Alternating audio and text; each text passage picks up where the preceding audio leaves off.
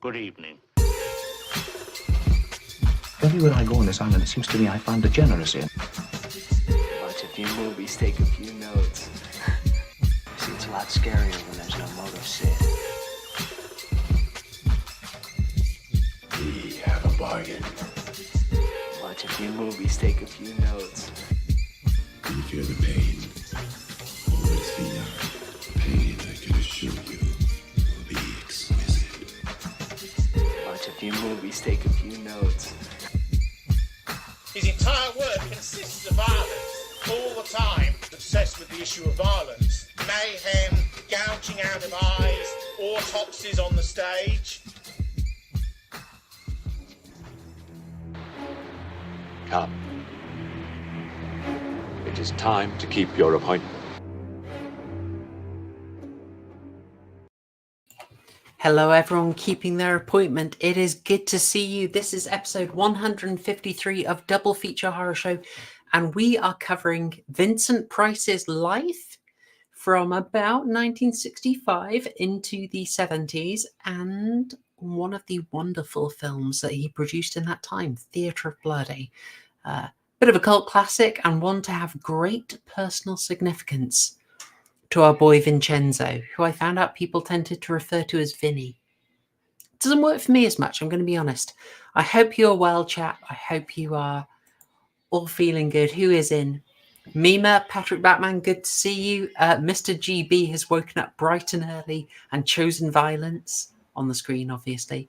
And Checker222 catching at the very beginning. Well done. Good on you. It's good to see you here. Since you're all here live, or maybe you are one of the fabulous people who watches on the replay, do me a favor at this point. You know, YouTube loves it. Give that like button a stab with a spear. Take that like button, hook it up to the back of a horse, and just set that bad boy running. Maybe even set up a couple of knives to slowly inch towards the like button before weirdly disappearing in a kind of annoying continuity error that I will point out later. That's something that really helps the channel. You know how it goes on YouTube and all the other stuff. I'll get a quick chill out while everyone's rolling in. You know how to help the channel. We want those likes. Subscribe if you're not subscribed. If you are feeling kind of generous and you want to throw a few coins this way, you can of course do that via YouTube Super Chats or as a member either here or on Subscribestar.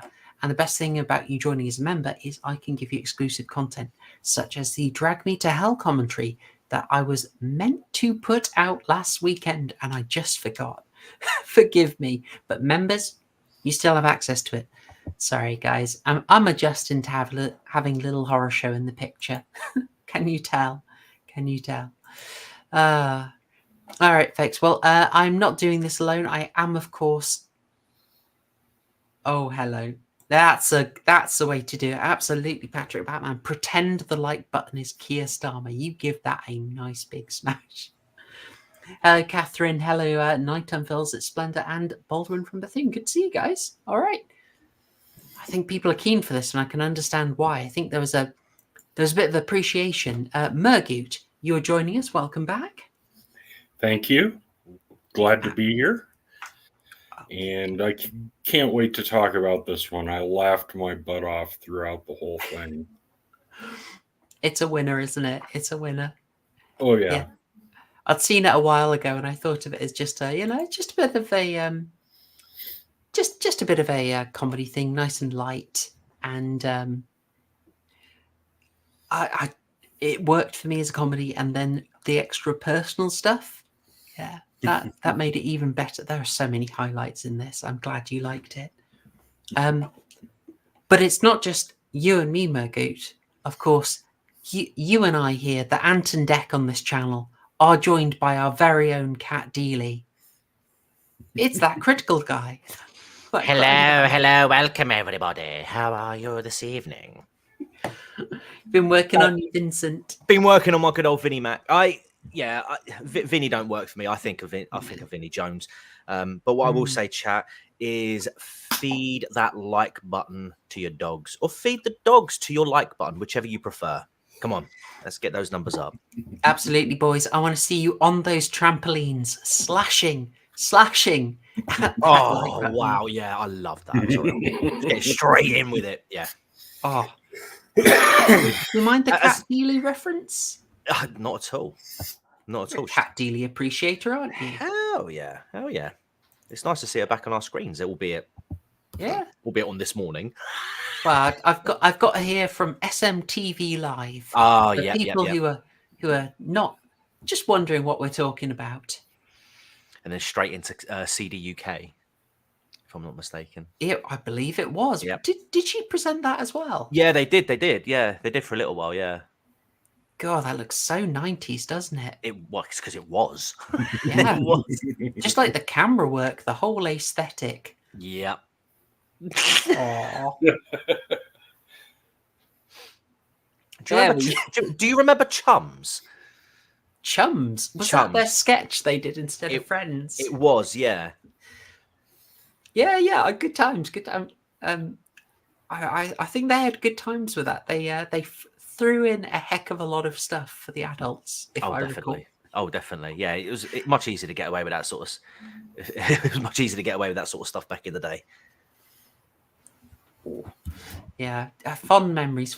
And anyone in the chat who doesn't know what we're talking about, there, just enjoy a bit of Brit posting. Occasionally, we just want a Brit post. Here's an interesting one. Me saying F's in the chat for Billy of Billy Speaks. Was that the cat who knew how to operate a couple of buttons for specific requests? Is that right? Do I remember that correctly? Was it feed me and let me out? Yeah, feed. I think it was like want food, want sleep, want Brilliant. let out. And I think it pressed different combinations. Yeah, meme is... yeah, that's the one. Yeah, you can absolutely have an F in a chat. I've seen a few of those videos. Makes me want to Teddy post. I don't think I have any new photos of my lovely Ted lad. Should have cats in the chat for a bit of balance. But yeah, absolutely. F. That was a lovely cat. Folks, we've been trying a bit of an experiment. I've been giving you your horror homework at the start as well as the end. But there is a caveat this week. The next film is certain. We are going with The Wonderful Shallow Grave because thank goodness you folks saved us from having to talk horny horror. We are not going to be doing horror and the erotic this time. Boo! We've been saved from it for the moment. I'm not saying that's not going to come back very soon. But yes, it's not the immediate arc. You did win out getting underrated 90s gems. And I'm still investigating those. We've got some good suggestions. But the number one we are opening with is Shallow Grave. But we are not doing it next week. Partly because, well, it's Independence Day. So I know a lot of our fine American friends, including Murgoot, are not going to be available. And what's the opposite of Independence Day? Well, I'm not sure about that. But what we'll be doing in the UK is, well, I think we're having an Indian takeaway.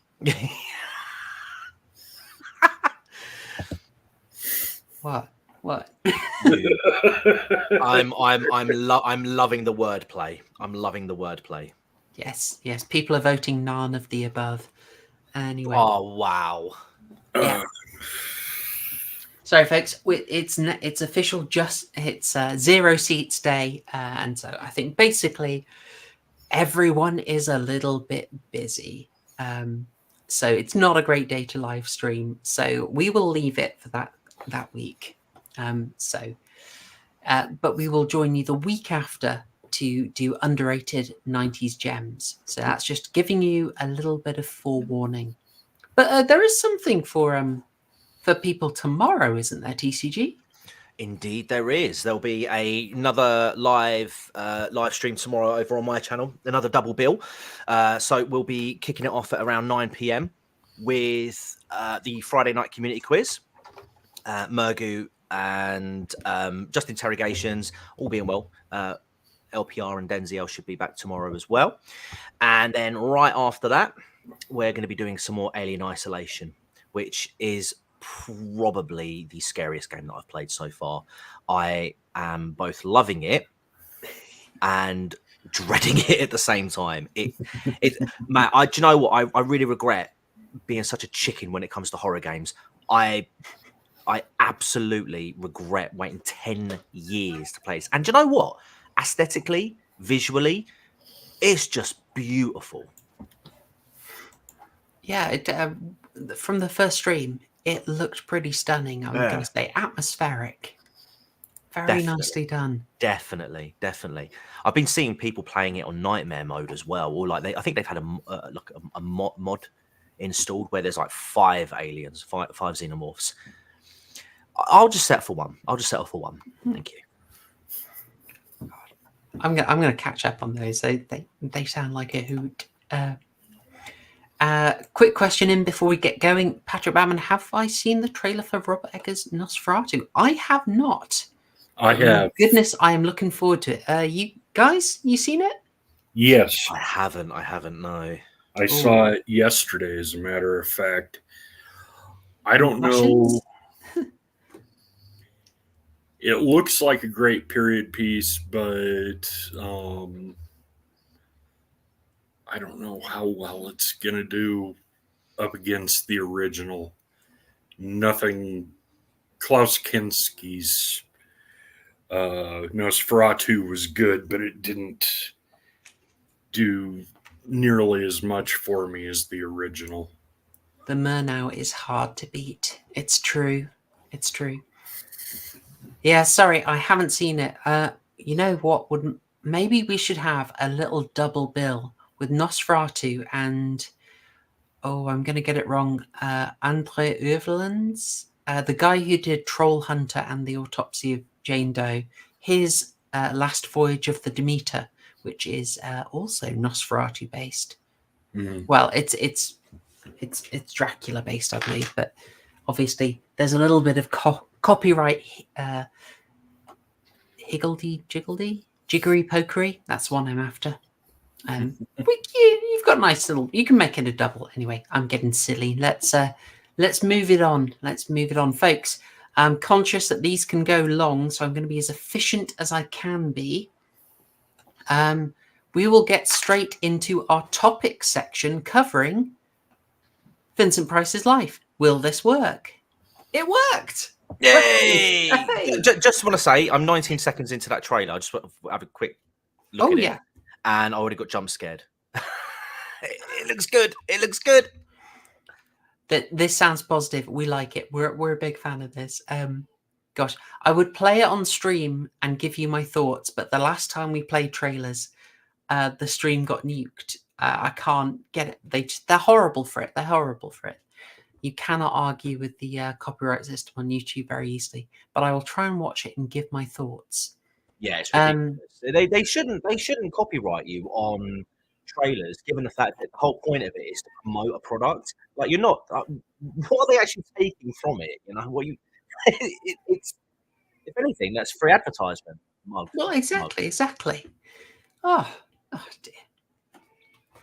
Anyway, folks, picking up.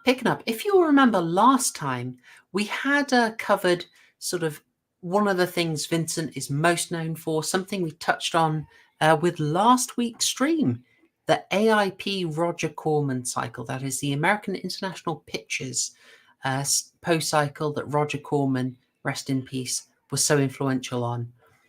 We had fun with the fact that some of these Poe films were not Edgar Allan Poe adaptations, and we always cited The Haunted Palace.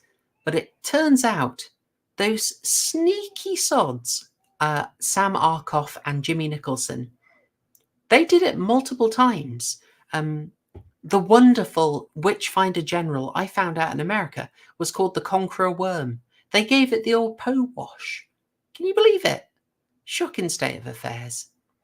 Anyway, so touching on that stuff did bring us into the late 1960s. But in doing that, we are moving away, skipping over some stuff. So we're going to go back a little bit and talk about Vincent on TV. You may remember that going on TV had been a little bit awkward for Vincent, like getting him investigated by the FBI. That was a bit of a sad one.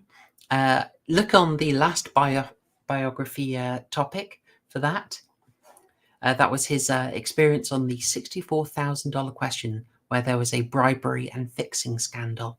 But other TV appearances went a lot better than that.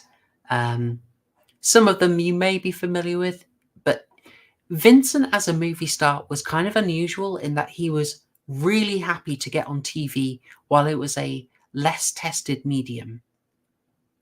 You remember that he changed with the times. He was always interested in what was new and up and coming. By the way, before we go a bit further, are we liking the background, you guys? Are we liking that? Loving it. Warhol posting. Yeah.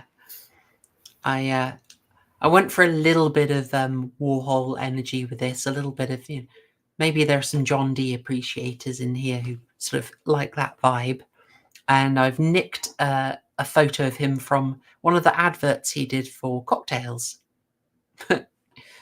Yeah. All right, we'll move on. So, recognize this bad boy?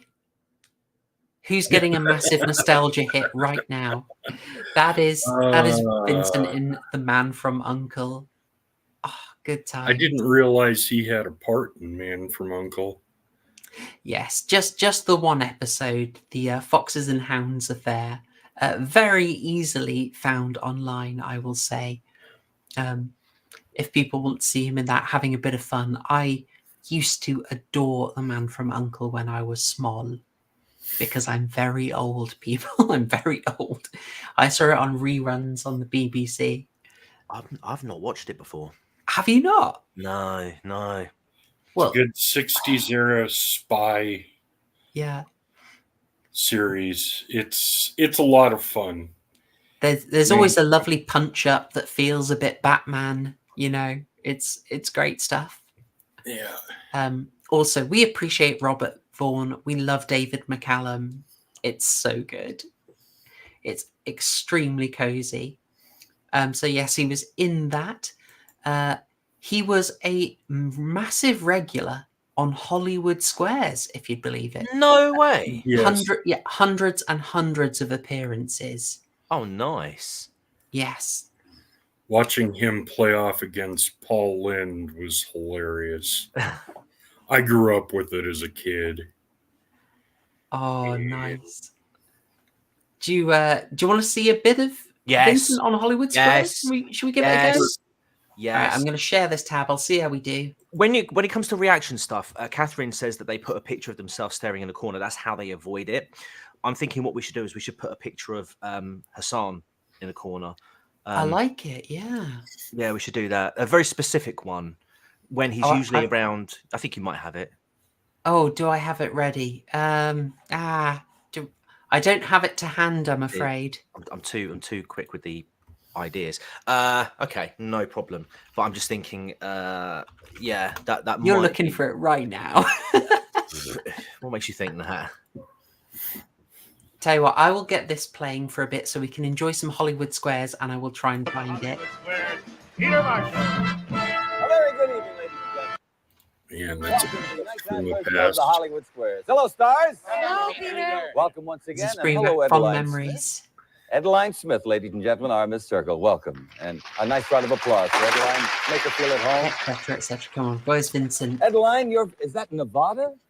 Nevada, Missouri. Nevada. And she is here celebrating her 35th wedding anniversary. Edeline's husband is an insurance agent. But where's they have Vincent? 2 children and Poor 4 guy. The poor grandchildren. guy. There he is. Good luck There he to is. We'll go with it. Cigars. True. You will agree. Is that what you said, dear? I agree. Yes, those famous Havana cigars. With a circle. Good start, Arnold. Go right ahead. Those famous Havana Havana cigars, cigars. Vincent Price, it was a good question. Love the tuxedo, Vincent. I did notice actually during the film. I did notice during the film we had a cheeky, cigarette advert. According to there was a Greek billboard legend, right at the end of the film. when Narcissus saw his own reflection in the stream, he liked what he saw so much that he bent over to kiss it. Then what happened? He kissed it. Yes. Then what happened? Well, he fell in. dream. You have to be a little more specific. Oh! You mean after he'd kissed himself in this dream, then he turned into a wood nymph. I agree. No, he fell in and then he drowned. That's what we want. Wow. How did but we have two circles. Headline, let me explain something to you. All the money is going for that automobile. I think Vinny was throwing that one, to be honest. I think he was throwing it. Yeah. But yes, why is he good on this? Because he has that combination of the quick wit and the deep cultural knowledge. That is what Vincent is made for. He excels at that stuff. And that is why he was that's why he was so good at it. Perfect guess on this, and 700 appearances. You absolutely love to see it. How about another one? Yes. Yes. Seven episodes on Egghead. Just to protect you, Egghead. I have sent the image now. I have sent it. I've got it. I'm dragging that bad boy over. It's a complex system we're working, guys. It's a very complex system. Yeah, we need to make sure that Hassan Piker will protect us from any copyright claims. He will. We'll get this bad boy on. Oh, what am I doing? That's way too big. Where's he gone? Oh, Hassan, buddy. It's a nuggy break. It's got to be a nuggy break. We'll go back to Vincent and we'll see if we can find out. I did play some clips for you last week, but to be honest, who doesn't want to see Egghead puns again? Go for it. I'll go for it. I'll guess a few random ones. Exquisite. Prepare yourself for an expeditious defeat. That's very apt, Robin. Oh, glad you liked it. My criminal career is now extinct. Hey. Oh, good times. I can't get enough. Right. So yes, we had that. That was good fun. Look at him. The campness he's made for it. Too good to ignore. Oh, Patrick Batman. Oh dear. How about this? Does anyone want to take a quick guess? Looking that this one is actually from 1957, so this is him getting in on the game really early. All those others I showed you are sort of 1965 onwards. Any guess at this one? Twilight Zone? Oh, that is a fantastic guess. I do not believe he actually did a Twilight Zone one. Let me have a check though. If it was, I would have nabbed that immediately. No, we are safe. It was not the Twilight Zone. He did not appear on that. But that is Alfred Hitchcock Presents, which we've done. Oh no, Fez, aggravating. Oh dear, terrible. But keep them coming, guys. We all love the oak. Is this the bet? No. So this is him on Alfred Hitchcock Presents in 1957, and the episode was called, I want to say it's The Perfect Murder. Let me just confirm that for you guys. It is, it's The Perfect Crime. It's season 3, episode 3. Now, of course, you'll have to look that out specifically because the Hitchcock seasons, there's like 30 episodes in them. They are very long seasons. Is this a Leopold and Loeb reference? Because I know Hitchcock did Rope, didn't he? Oh, it could be. Should we have a quick look up? Yeah. Actually, no, I don't have a direct link to it. If you want to check that out, get me a summary for that episode. So it's season 3, episode 3, The Perfect Crime. Let us know if it's Leopold and Loeb. I won't be surprised. Sorry, season 3, episode 3. Okay. We do get from it this amazing shot.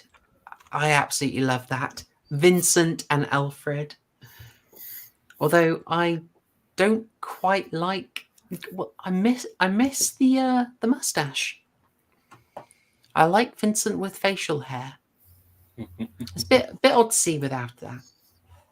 Anyway, so suffice to say, there are many other shows that maybe aren't as familiar to us today, like the Red Skelton Show or the Carol Burnett Show. Actually, that's probably still well known to people, isn't it? The Carol Burnett show is Yeah. classic. He would merrily go on there and sort of parody his horror roles and villain roles. My point being, your man worked hard. He was absolutely prolific, and he was very, very popular. So he continued working on that. TCG, was that? Doesn't look like it was, unfortunately. An arrogant detective, Charles Courtney, prides himself on never having committed a single mistake in his long and distinguished career. He keeps a shelf of labelled mementos from each of his cases. I don't know if you're allowed to do that. On the shelf, there is an open space and a blank tag for what Courtney calls the perfect crime. One day, a defense lawyer stuns Courtney when he confronts him with evidence that a detective helped convict an innocent man who has since been executed. Horrorshow, why did we not cover this one when we went through the Hitchcock Presents stories? Oh, I don't know. Maybe we should Because go back. we didn't find it. Oh my God. Sargon of Eckhart. Oh, dear. The Sargon puns are back. Dollface. Hey guys, Yep. sorry I'm late. I have no excuse. Oh, God damn it. God damn. I need some shelter from these terrible puns. Oh, Catherine. Oh, dear. Right. I will move us on. Suffice to say, your man was prolific on TV and beloved on there. Now, we always remember that there's a showbiz side to Vincent, and then there's the other interests.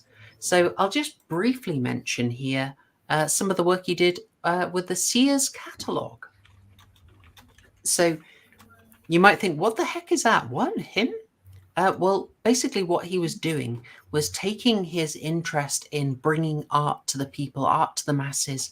Remember, previously we talked about him running exhibitions, curating museums, running a gallery. He's got a bit of a reputation for this. The head of Sears at the time approached him and said, would you like to do a deal with us, building up your own collection and offering it via the catalogue? Vincent understandably adored this because it meant he got to go around buying all the art, which he could obviously never fit in the mass house, big as it was, and then selling it to people. He got to introduce it to people. He got to write a good show of it. So this was absolutely perfect for Vincent. It was a good deal. It also built up the prestige of him being a sophisticated art appreciator. It was all about democratizing art, getting more people interested in it, raising the brow of the culture. Wonderful stuff, wonderful stuff. Now, we could go on about this for quite a while because it's a big part of his life, but bless you, I love you guys. I think there are limits to how much in depth I should go into this. So I'll just say it was a well-working collection. Basically, when he would travel for filming, assistants would end up getting him a whole collection, a whole group that he would just quickly go through. And, yes, this in my collection. No, this goes in. This doesn't make the cut, etc., etc. He ends up having to hire assistants because the scale of it grew. But it was very profitable for him, and worked well with his interests and his reputation. Now, that sort of fell by the wayside when there was a change in management of Sears. They made it a bit tawdry. They lost interest in it, to be honest, because it wasn't as profitable as they hoped. And they wanted to maximize it. And they kind of ended up getting Vincent sort of shilling kind of anything, really. So regular products and not just the art. So he ended up not super happy with the deal, but this was a very good thing for him for a long time and introduced him to an assistant that he got on very well with, who's got the weirdest name, and I can now not remember what the name is. I'm desperately looking through, trying to remember, because it's the weirdest name.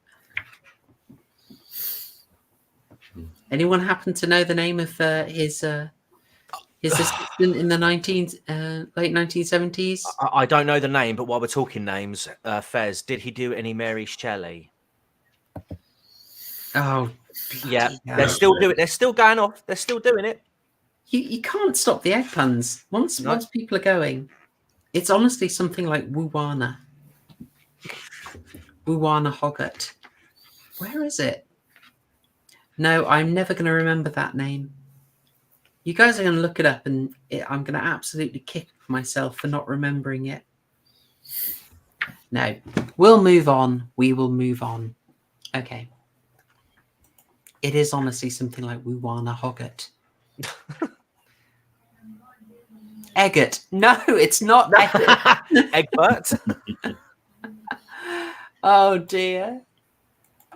Terrible, terrible. Okay. I've kept that brief. There's so much of the biography I'm using for this series is about the Sears catalogue deal. But we'll also talk about his radio work. Now, this is actually 1971. I apologise that I have not got that up to date. Oh dear. I had trouble loading this because I've got so many slides in here. I kind of broke StreamYard. Chat. Keep these egg puns going. I'm going to poach them for later. Oh dear. By the way, chat, am I coming through okay? I think You're coming I was through now. Yeah, you need to be a bit closer to. I was looking at the book while I was talking. Looking for this Wuwana. Yeah, What's where her you name? are now, stay there, stay there. Okay, no problem, no problem. Ah, the eggs are still going. All right. Oh my god! So Actually, you know this what? is These guys are giving me an existential crisis at the moment. Oh, My brain's getting scrambled. way! Are you going to poach some of these ideas, eh? Hell yeah! Oh dear. I should have never Albie mentioned this, but all right, all right. A quick thing. So back to the radio work. You will remember he had a long-running go on The Saint. Well, this got picked up, and in the 1970s, he was able to start doing this work, The Price of Fear. Now, you can access this right now. This was 1971 they started. Oh, sorry, 1973 to 1983.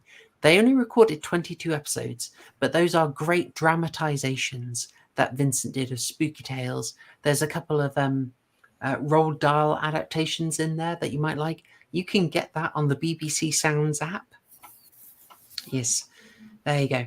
Now, we've got this image of him, but I will point out that this is 1973 he was starting, and starting the Price of Fear. They didn't finish the series, but they did 22, which is a good number. They have this image promoting it, but this is him when he was recording it. And I'm just, you start to notice that, you know, our boy is showing his age a little bit. He may not act it, but he's showing his age. Do you know what? I thought that when I was watching this movie, compared to some of the older stuff, because I didn't realize it was I didn't realize it was a 70s film. I thought it was going to be something in like the early to mid 60s. And yeah, he kind of started to show it a bit there, didn't he? But yeah, I can see what you mean. Though. In this picture here, it's like in the exterior, but maybe not in spirit. How, just out of interest, how old would he have been here? So he was born in 1911. So he was 62. Jesus Christ! Now just think of Tom Cruise. Yeah, man. Tom Cruise may not look old, but he does look like a lesbian. So, which obviously you guys know I appreciate. By the way, I found. So you're telling me you have a chance? I have found out proof. It was Wawona. Now I was not that far off, eh? I was not that far off. Wawona was the assistant's name. How do I remember that? Because I have a bookmark here for a really cute thing. As you remember, Vincent was passionate, but he was chaotic a bit. There are lots of stories in this about him having to be redressed because he would go out in the most atrocious clashing outfits. He possibly was trying to troll his wife with it. He certainly tried to troll his assistant. But he brings Wawona on. What on earth is her surname?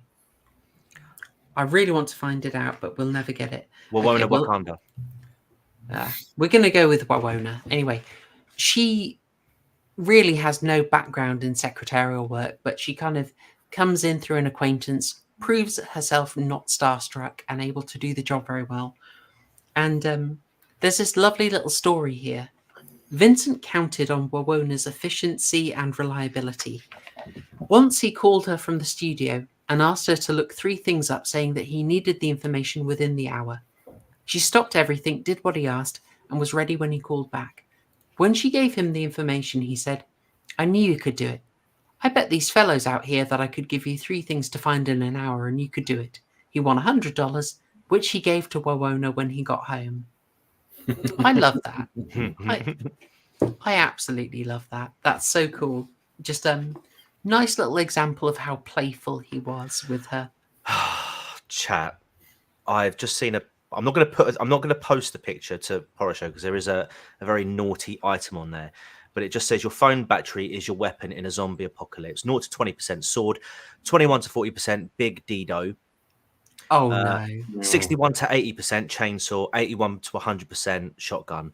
The reason why I didn't say 41 to 60% is because my phone is currently on 59%, which means my weapon in a zombie apocalypse is an egg pan. What are the chances? See, it's meant to be. It was meant to be. Oh, but I'm glad you mentioned egg pans and coming back to cooking, because oh no, oh no, it's cut us off. It's actually cut us off.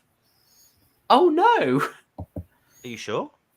Yeah, it's cut us off at 100 slides. Oh, I am absolutely gutted. Oh, is this a StreamYard thing? It's a StreamYard thing. Boo! Okay, folks. Hang on. Right, I can do it. I can do this. This is going to be a little awkward, but we will manage this, right? When you said it's cut us off, I thought, oh God, what, you mean the stream? No, we are good. Right. I'm going to show you. Hang on. Let's make that a bit bigger. Right. That's what she said. Oi. You've been expelled. Catherine. Oh, brilliant. Nice. Brilliant. Exquisite. Excellent. All right, let's see how this goes. I am not usually happy doing it this way, but we'll get it this way. All right. So we've been a little interested in the cooking, and that's handy because we are now talking about the other great love of Vincent's life. Nice. Yes. How many of you knew that one of Vincent's other great passions in life, one of his great skills and talents, was as a cook? I did not know that. Gourmet cook. Yeah, we had a couple of his cookbooks. What? You never told me that. That's Chad. My mom collected cookbooks like a fiend. I mean, she couldn't cook to save her life, but she collected a lot of them. Oh no. My mom's first generation American Italian. She can cook like nobody's business. Very nice, very nice. Any great omelette recipes? Oh dear.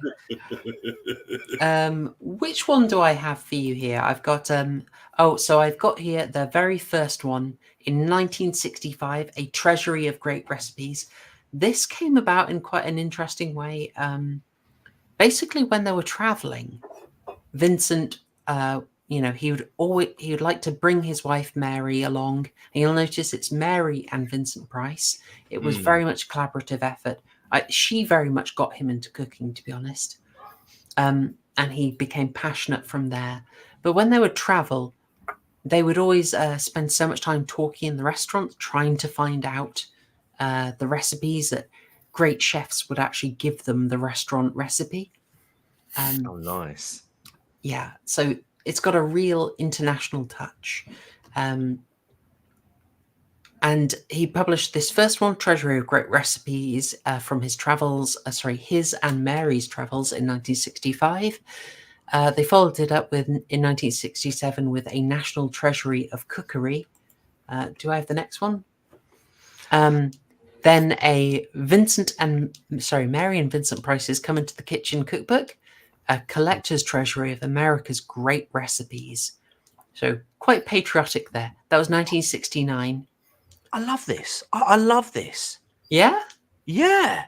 It's great, This isn't is it? great. Hang on, did he do a TV show? He did. Mhm. That is Cooking Price-Wise with Vincent Price, 1971. It was, what was that? ITN? It was a British one. Yeah, possibly. Yeah. Sorry, 10. ITV. Yeah. It was broadcast in April and May 1971. Oh, please tell me we've got clips. Right. Do I have clips from it? Shall I try and find you? Let me see. I'm going to look for you. I'm going to look it out for you. Isn't it just amazing that someone has got this on here? Hold on. Top result. I just went Cooking Price-Wise. Top result. Vincent Price cooks salmon in a dishwasher. That was a famous thing he did on the Johnny Carson show, I believe. I cannot find a good clip from the Vincent Price, How to Cook a Small Boy. Okay. Yeah. Oh, no, I can't. Pineapple nut bread, cooking with Vincent Price. I'll explain the fish thing though. Basically, it's fun. It's like catching, but basically all he's doing is wrapping the fish tight, giving it a light seasoning. Then it's tight in the tinfoil. You put it on a standard wash with no soap, and the heat of the dishwasher steams it. Right. Hang on, is he with Johnny Carson there? Yeah, Yep. it's Johnny Carson. Nice. Absolutely famous bit. But yeah, this passion of his life. There's a really great story from a couple of years before this, in 1968. Do you remember the glorious Witchfinder General that we absolutely loved? Mhm. Nice. Well, you'll be surprised to hear that in Britain, something didn't work all that right. There was a bit of a cock-up and they didn't get no catering. So Vincent goes to his chauffeur in his Rolls and says, probably take me to Aldi or whatever the equivalent was. And he buys all the ingredients fresh and makes a shrimp linguine for the 70 people on set. What a lad. Absolute Chad. So Vincent Price, aka Jesus Christ. Yeah, well, feeding 70, feeding 5,000, he's on his way, isn't it? It's comparable. Yeah. So Yeah, so great stuff. He was, again, like with the art, he was about democratizing it, bringing it to the people. But he'd be such a great presenter. I would love to find an episode of that. But as you can imagine, something broadcast in April and May 1971 in Britain might be a bit hard to get your hands on. yeah. But I'd love it if we did.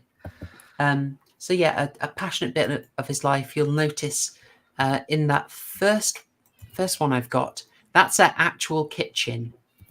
And just look at that. That's their actual kitchen? home kitchen. Yeah. What? He was a genuine gourmet chef, him and Mary. So much of the biography, I mean, they hosted a lot as well. You got to remember, they absolutely loved hosting dinners. And they wanted to impress. Next, you're going to tell me he won the World Cup with Brazil. Is there anything this man can't do? Oh, we may come across an example or two. Yeah, here we go. Nicer shot of their kitchen, and I liked this. These adverts would go out. Nice. Yes, promoting him, but yes, Vincent's Chinese chicken. Does that appeal? Definitely. Look at that. Pineapple juice and Angostura bitters on the chicken. That sounds interesting. Does anyone want to try that? I'd give it a Angostura go. bitters on the chicken? I'd give it a go. There you go. That's your homework. Folks, you can see that on stream. You can capture that recipe. You can tell me if that works. Also, while there's 25 of you in here, You got to smash that like. You got to skewer that like. You got to wrap it in foil and put it on a standard wash in a dishwasher. It all helps on YouTube. All right, moving on. Okay, so we talked about the cooking with Mary. Obviously, lovely. Builds up his reputation. Oh, and I've got another one of theirs. Yes, Coming to the Kitchen cookbook. And you notice the author of the biography that I'm tending to use so much, Victoria Price's daughter, has also updated this. I am quite tempted to get that, I'll be honest, guys. Yeah. And there's his advert for his Frank cocktail party. Yeah, get it? Frank? Huh? Yeah? Frankfurter? Yeah? Hey. Yeah. There we go. I love that so much. I think Mr. Dean would love that if he saw it. Okay. That's kind of Cat's going optimistic. It's feeling good. This is good vibes. We're also going to get. We're still into a high. So we've been talking cooking. We've been talking TV. We've talked the Sears catalog, but obviously he did not stop making movies. Now, here we go. I've got a slight problem of my notes are across the screen at the same time. If you're wondering who that bit of totty is, that is a 19-year-old actress called Sally Gleason. I mentioned 19 and specify it's all above board. All right. What might you notice from that poster? This is a piece from 1968. Not so much the Price poster. and Christopher Lee. Yeah, well, not so much the poster, but I will say in the image, Vincent Price does look like the kind of person who doesn't Dr. Disrespect women. Oh, I've seen some. I don't know what that news is. No. Probably best you don't. All Oh, right. I can summarize it really quickly. 4 years ago, he got banned from Twitch. Nobody knew the reason why. He went to court.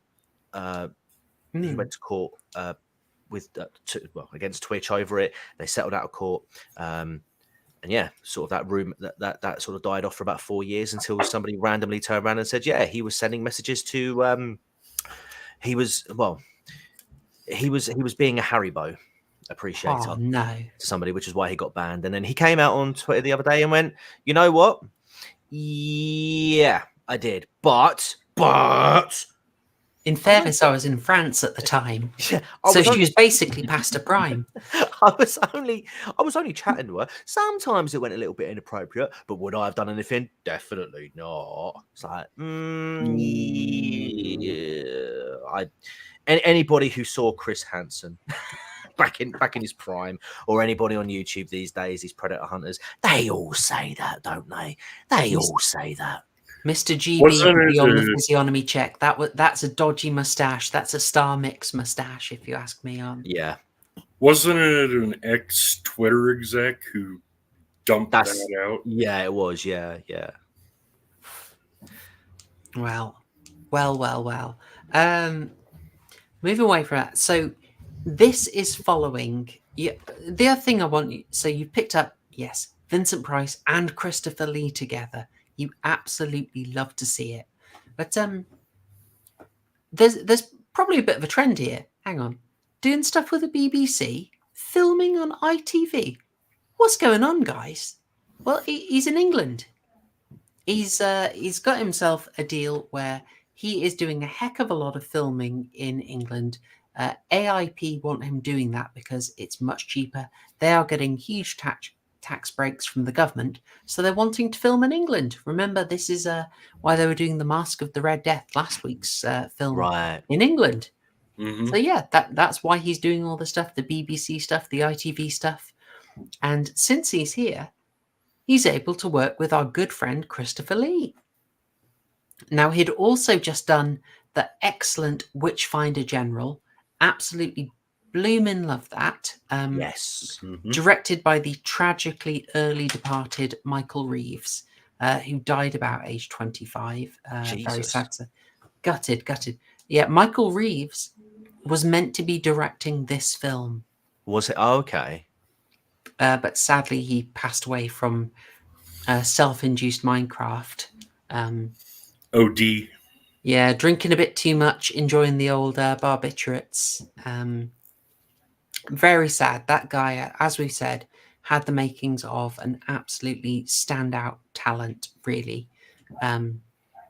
It was a tough film because he was passionate, but he wasn't an experienced director because he was so young. He was 24 when he made Witchfinder General, and Vincent reported that he just did not know how to communicate with actors. Vincent was willing but was confused, but eventually was extremely happy with the final movie, and obviously we understand why. So Reeves was meant to make this, but he died, and so they passed it to a guy called Gordon Hessler, who would do several other films with Vincent, but Vincent was not a fan of them. He didn't think the script was very good. You're also noticing that AIP are still, after Corman departed, thinking it was played out, they're still slapping the old Poe on it. Yeah. Yeah. They think there's a kind of bonus that they can get from associating it with Poe, a bonus, if you will. And they kept trying this. So the Oblong Box, I think, may have actually been related to Poe. Obviously, Witchfinder General was not, but they Poe washed it. And there's a photo of Christopher Reeves with... Sorry, Christopher Reeves? I was saying, is he the one on the floor? Oh, no. Christopher Lee and Vincent Price. They did not have much screen time together, but they absolutely got on like a house on fire, which is fantastic. And it leads to this bit of glory. What's this? Only a bunch of absolute legends. Yeah. I was going to say name them, but you've got them. Vincent Price, and that is a guy called Basil John. Rathbone. No, it's John Carradine. Now, I don't actually know him. I'm afraid to say that name doesn't mean anything to me. But this shot of them all hanging out together, I absolutely love it. This is some old school cool. What was this for? Oh, right. So they did a follow-up. This wasn't the Oblong Box. Oh, actually, you've got me. What was it? Let me look it up in my... I'm going to go back to my notes and I will be able to tell you. White Boy Summer. Oh, brilliant. Yes, absolutely. White Boy Summer. Okay, it was Cry of the Banshee, I believe. Was it? Right. Was it? I don't know. I'm asking you. Oh, I think it might be... No, I think it's Scream and Scream Again. Now, that was a modern one. That was a modern one. Vincent didn't really get it, to be honest. Right. And they got he did Cry of the Banshee with Gordon Hessler afterwards as well. But as I said, he didn't really get these modern horrors, so he preferred not to redo them. Now, this gets into a slightly tense bit. Now, these guys were absolute great friends. I think, do I have one more of them? No, I don't. But we do have that great image. One lovely thing, Vincent and Christopher Lee shared the same birthday. And Peter Cushing's is only one day afterwards. So they had very good reason to celebrate. Now, he wasn't a big fan of these. As I say, he didn't really get them. The scripts were not great. We're talking about The Oblong Box, Scream, Scream Again, and Cry of the Banshee. That's 1969 to 1970, all under Gordon Hessler. And previously, you'll have remembered that under contract to AIP, he was doing some films he was not particularly fond of. I will absolutely spam backwards until I can find the amazing image that I ended the last one on. Look at that. Swag. Yeah. So anyone remember the name of this one? I don't, I'm afraid. It was Dr. Goldfoot and the Bikini Machine. Okay. And I'm not kidding. I looked more into it because I thought that sounds like a weird title. This is Austin Powers. Yeah, it is, isn't it? It's Literally, they are fembots. They are Yeah. programmed to wear bikinis and then assassinate people. It's lit. No, do you know? It's literally the first thing I thought of when I saw that screenshot right there. Yeah. Yeah, It's It's along similar lines to James Coburn and In Like Flint, spy spoofs. I remember they referenced In Like Flint, didn't they, in the actual Austin Powers film? Yeah. Yeah. Oh, So, please tell me Vincent Price said groovy, baby. Yeah. well, I mean, he said a line close to that during when he was Butch in this film. Okay, I'm listening. Oh, all right. I will try and get a clip of that because I absolutely loved it. Tickled me pink. But Vincent, having done films like Dr. Goldfoot and the Bikini Machine and Dr. Goldfoot and the Girl Bombs, he was not really happy with this stuff. He didn't think the scripts were good, and he was really feeling like a bit overstretched. Like AIP had him doing 6 films a year, some of which he only had to do like a cameo in or a narration, but it's a lot to do. He was getting frustrated. He was missing his family. So after doing these, he did not renew his contract. It caused a bit of frustration. And from that, he got to do some slightly more interesting stuff. He did a film in Suid-Afrika called The Jackals. I really want to look down. It's kind of like a South African Western. I really want to look at that. So if you're interested in that, that's 1967, The Jackals. It'll be interesting to see Vincent in that. But yeah, he was getting annoyed. He didn't like the fake post shtick. And I thought at this point, we'll go and do a little bit more. He has got things going on, but he's always tense about work. Will he get enough work? He always has money worries. He is, let's be honest, a tad profligate. And he did some outgoing expenses, some of which I'll mention very soon. So AIP came up to him a bit later and said, look, you're still in England. Could we give you some more movies? They might be more up your street. They're still using his horror reputation. And he agrees, but he's a bit more into these. And they become very well known. They are The Abominable Dr. Phoebes. The Dr. Phibes movies are wild. I have not had the pleasure, Murgoot. You've seen at least one of them. I've seen the original. I think I've seen the sequel, but I don't remember. Yeah, it's a first-time director called Robert Fürst, who was very experimental by the sounds of it, and he wanted to just do kind of crazy stuff. Vincent absolutely loved it. Remember, he's a big modern art guy. He loved Warhol. He's all for making a slightly weird movie. He absolutely adored it. So he does Dr. Phoebes, which becomes a cult hit, really lands well. They immediately make a Dr. Phoebes sequel called, well, I should maybe say Dr. Phibes. Dr. Phibes Rises Again. That's the next year. And still on that contract, he then makes Theatre of Blood. And I've skipped ahead one tiny bit. Okay. Theatre of Blood. So why does he go back to horror? Does he want to avoid being typecast? Surely he does. Well, he basically wants to keep working.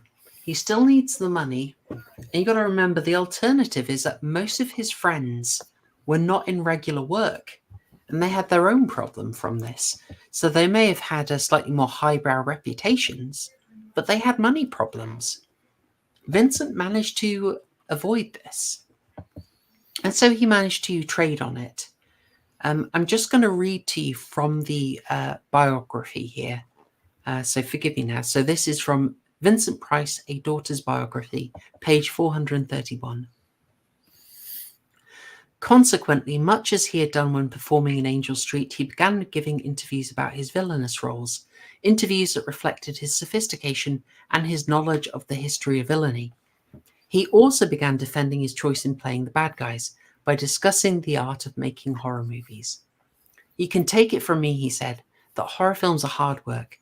In the movies that I made, whether the scripts were great, mediocre, or even sometimes downright bad, we all worked terribly hard to make them good. And it isn't true at all what people say about comedy or horror films not being serious art. Those people think only in terms of problem dramas, but every single work of art that is ever done has to have some form of seriousness behind it. All the classic horror pictures really had a serious intent. Those films put together three of my great passions: art, mystery, and villainy. The plot can be as twisted as you like, but the horror film must be pure logic like mathematics. Pure evil, as much as pure good, is poetic. I'm always evil in a keen, clean way. You have no identity with the audience if you play a man who's 100% a black character. You have to have shades of grey, and the heavy who loves beauty always makes the most terrifying villain." There we go. And later on, Vincent would actually go on doing a long-running series of lectures that he would update and adapt about the nature of villainy. He would do a tour with these lectures. Vincent Price, cosmopolitan polymath, should we say. But the last one we're really going to talk about tonight is Theatre of Blood, because obviously that's the topic of tonight's stream. But it's very significant in a couple of ways. And we'll talk about some of those aspects in our discussion. But it had a more personal one. I don't like saying this. I'm going to get a bit sad when we do this bit, guys, I'm afraid.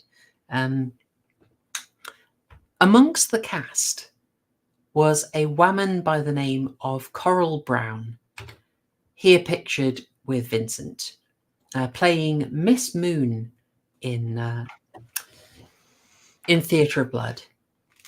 Okay. Yeah. Interesting character, Coral Brown. Bit of she was an Australian. She was born in 1913.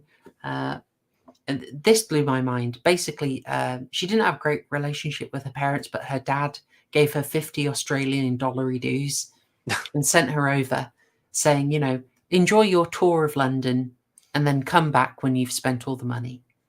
Can you imagine being able to do a tour of London on $50 dues?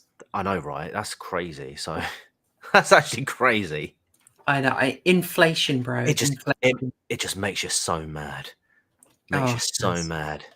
Just want libertarian moment, I'm telling you. Grab all the chairs, throw them out, and have 0 seats in your home. That's how mad it makes you feel. Speaking of libertarian, I got a bonus and I did nearly 70 hours last month, and I saw my payslip and I was like, oh my God, taxation is theft. Oh my God. Oh God. Never look at your paycheck, honestly. Never look at that paycheck. It's just and sorry, I can't. But if you're in America, thank goodness you don't pay English rates. Bloody hell, I'm telling you. Mm-hmm. All right. The worst is when you land a nice couple of grand uplift, right? And then you see it's like 50p extra in your monthly. You're like, how'd that happen? I can't get a Freddo with that. Oh. Sad times. Sad times. By the way, chat, how are you doing? I actually can't see you, chat, because I've got all my notes. Yeah, all right. They're still doing the egg puns. They're not still doing it. Still doing it. Oh no. Catherine says, I think you could, as travel, as long as all you're doing is wandering around in the city being lost. And Fez is absolutely right. A pound would have been stronger against the dollar back then as well. Well, yeah, speaking about a strong pound, one of the things Coral Brown was known for was being a bit of a party girl. Basically, she got, she was young, she was attractive. I mean, I'm not trying to slander her, but half the stories in here are like, she got onto the stage at 17 with a famous director and said, "Oh, I learned so much about acting," and a heck of a lot about entertaining a gentleman. She didn't use those words. She's famously foul-mouthed. I probably will not swear on this, but most of the stories about her are her sharp wit, thottery, and swearing. She basically becomes a go-to mistress in the theatre world. I've got this story for you here. I've got this story for you from the book.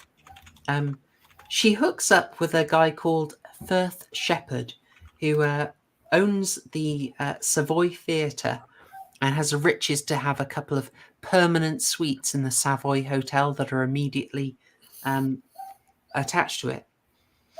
So Coral Brown was both the leading lady and long-time mistress of Firth Shepherd, who ran London's famous Savoy Theatre. Under his watchful eye, the striking actress became a popular star, headlining at the Savoy during World War II, while keeping a suite with her lover in the exclusive hotel next door. Already noted for her aphorisms, Coral said of her lover, "Firth is my shepherd, I shall not want. His rod and his staff, they comfort me." Now, in theatre circles, Coral was referred to as Shepherd's Bush. Ooh. Oh, terrible. Terrible. Oh. But I do appreciate it. Yes. She becomes very well known in the theatre world, very well liked. A lot of the quotes about her I've got are from Alec Guinness and Adrian Corey, who has long-term associations with Stanley Kubrick. Yes. So she's extremely libertine. She meets Vincent on the set. He is 62. She is 60. And they get on like a house on fire, aka destructively. Diana Rigg did not know that he was married with children at the time. Vincent is friendly, but in some ways private. So he would talk about his art knowledge, but Dame Diana Rigg, she said that she had no idea that he was actually an art expert. Just thought he made great conversation. Likewise, he apparently didn't mention being married and having children. I'm going to be honest. I do a little chinny reckon on that one. I think it'd come up, you know? I think it'd come up. Anyway, he's rather taken with Coral. Diana Rigg gets him to basically takes him to an event together where they get to be properly introduced before filming. Vincent is besotted, and Coral Brown, again, reportedly not knowing that he had a wife and children, is up for it. They begin a passionate affair. No. I know. It makes me sad. Hi, I'm Joey Greco. Do you want to give people the background to that TCG? I hope people know. Yeah, that's a reference to a TV show back in the early 2000s called Cheaters. It was. It is such a good show. I don't care if some of it was staged. I don't care if that was the case. It's basically someone goes to a Cheaters detective investigations team. They say, "Help, I think my partner might be cheating on me." They then set up a bunch of private like hidden cameras, and they get like private detectives to follow them around for an unspecified amount of time, and then they produce the evidence and the information back to the to the client, and then they give them the option like, "We know where they are right now. Would you like to confront them?" And they always say yes. And then it's just your standard, bog standard reality TV show. But honestly, it's really weird watching it because they are just the language is so different. More white people bust out the N-word than black people in that show. Like it's like, what? Chat, hold your bass, hold it. And they're not afraid to use other such slurs. And do you know what I really, really like about it? On Prime, on Amazon Prime, where I watch it, okay? the thumbnail for it, right? You've got the Cheetahs logo, and in the background, sort of like blended in, you've got a couple of midgets. And I am going through every single episode, starting from season 1. It's not the real season 1, but they call it. Starting from season 1, air quotes, and I'm working my way through just to find that episode. Because I need to know. You can't stop short. And the absolute Chad presenter, Joey Greco. It is the most it's the most sort of insincere, sincere form of presenting. It's so bad. It's so bad. It's so bad. Please watch it. It's on Pluto TV for free if you haven't got Amazon Prime. And it's on Amazon Prime as a Prime TV show on their freebie service. Please go and watch it. I am so tempted to just do like an episodic review, like like the Critical Drinker does of The Acolyte or whatever. Do it. I'm so tempted. It's so bad, but it's so good. Waifu is correct. Yes, 1 hour, 10 minutes in. We're still price posting. Wait, have we just goosebumped this? We've beaten Goosebumps. No. Oh, we still have 10 minutes to. Okay. But am I right in thinking for the Goosebumps episode, we actually didn't have a topic and we just talked nonsense? Yeah, for close to an hour and a half. Glorious. All right. I'll move us on because this is the last bit. The short story is they had an affair. Vincent moves back, but his family can tell something's up. His wife eventually asks, and he comes clean. He says, "Yep, there was another woman." He doesn't tell her it's ongoing. Very disappointing. Mary offers him a divorce, and to her surprise, he accepts. It's very sad. It's very sad. It's very disappointing. And, you know, it doesn't help your money situation, Vincent, because this guy was still paying alimony to his first wife, who admittedly was a bit crazy, Edith Barrett. He's paying alimony to her when their son from the first marriage was like 25. And she kept hitting him up for extra cash and he sent it over. The man... I don't know.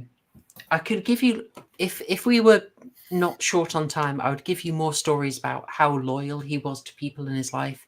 I think him continuing to do what he thinks was a decent thing by his first wife is a good sign, but gosh darn, this was a betrayal.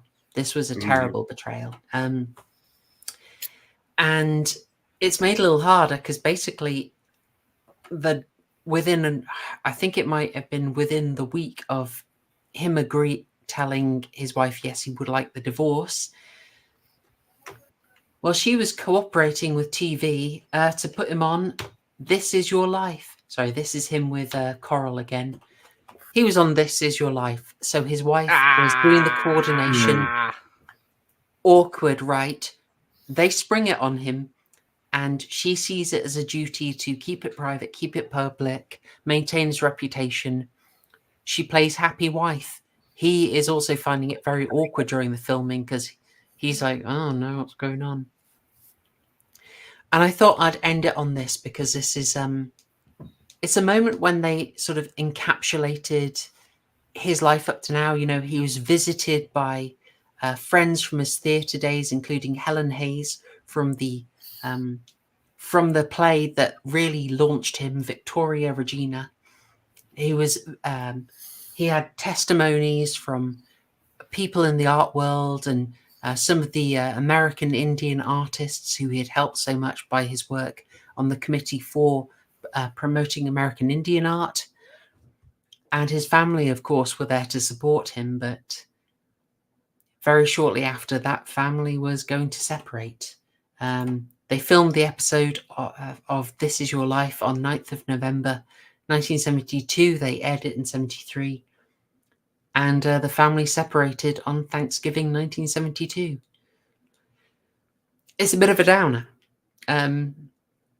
We love our Vincent, but gosh darn it, I wish he hadn't. I wish he hadn't, you know? Yeah. Now, I'll say in his favour, he and Coral Brown remained married for the rest of their lives. That's what Bill Aspin should have handed him. The rest of your lives. Yeah, why isn't Aspel doing it? That would be good. He was actually her second husband. She married a theatre agent. Well, he was an actor who turned into a theatre agent, and she managed to make the marriage work really well, even though he was, and I quote the book, a known and prolific homosexual. And I'm just like, what?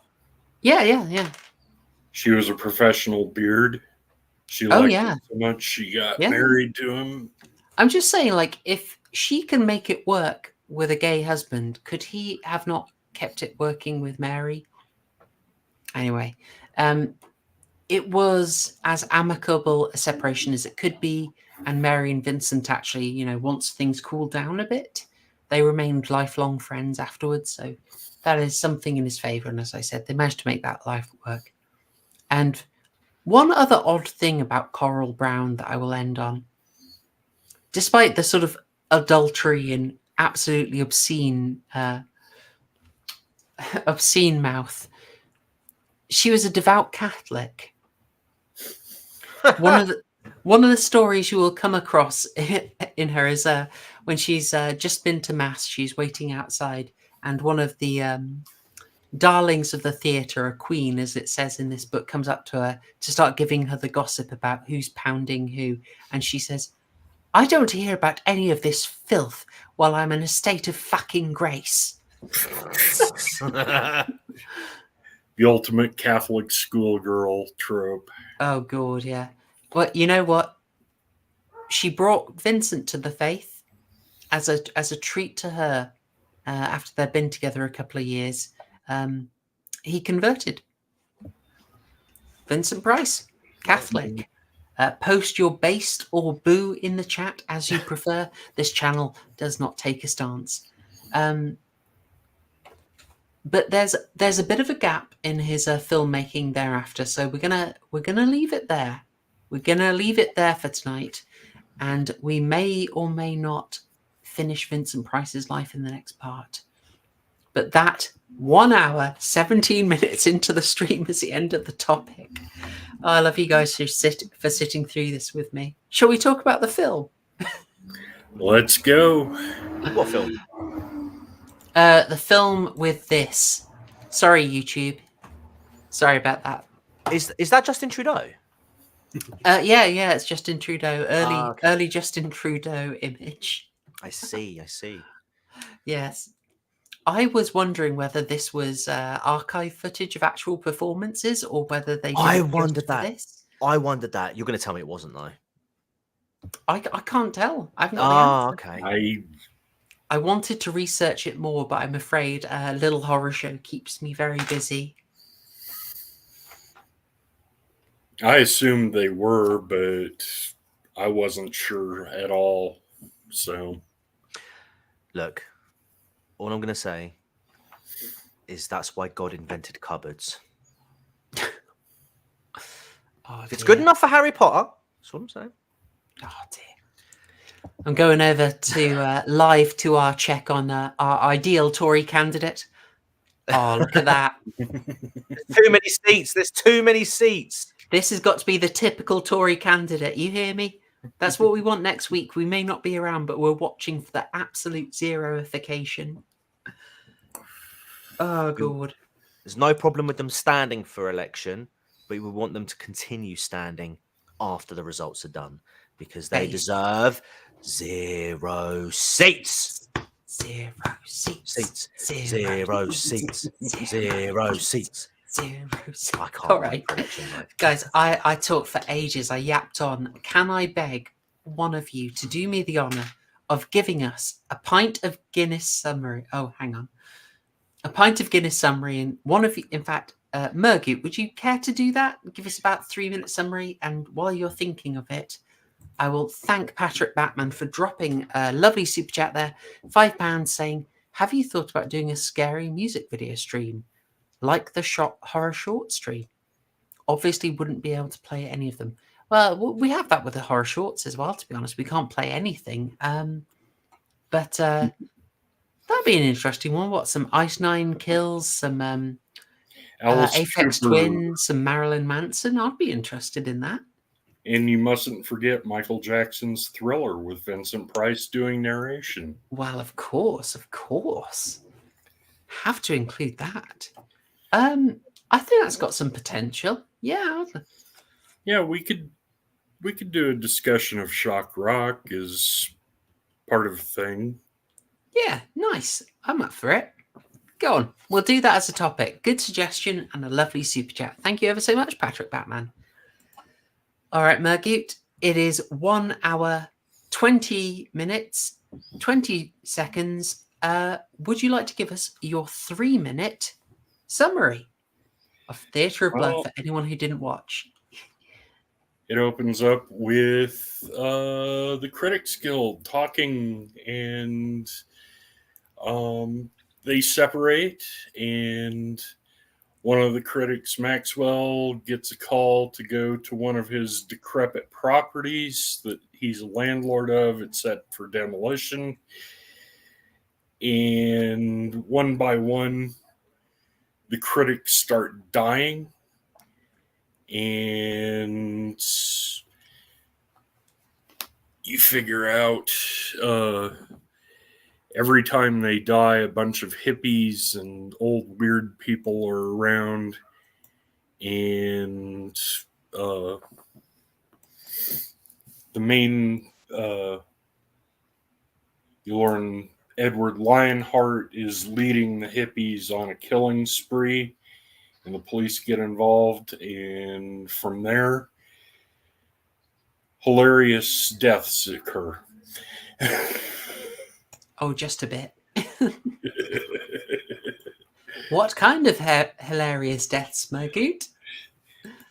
We can go over that. It's all tied into Shakespearean plays. Summer run of Shakespearean plays that Edward Lionheart did, and he's doing the killings in order. And it's, if you look at the names, some of them tie in with their deaths. We can get on with it, but the two that really stand out are Trevor Dickman, who's a handsy critic who gropes Lionheart's daughter Edwina, and then in a good disguise as well. Yeah. Mm-hmm. Yeah, I've got him on there with, oh dear, YouTube will not like this one.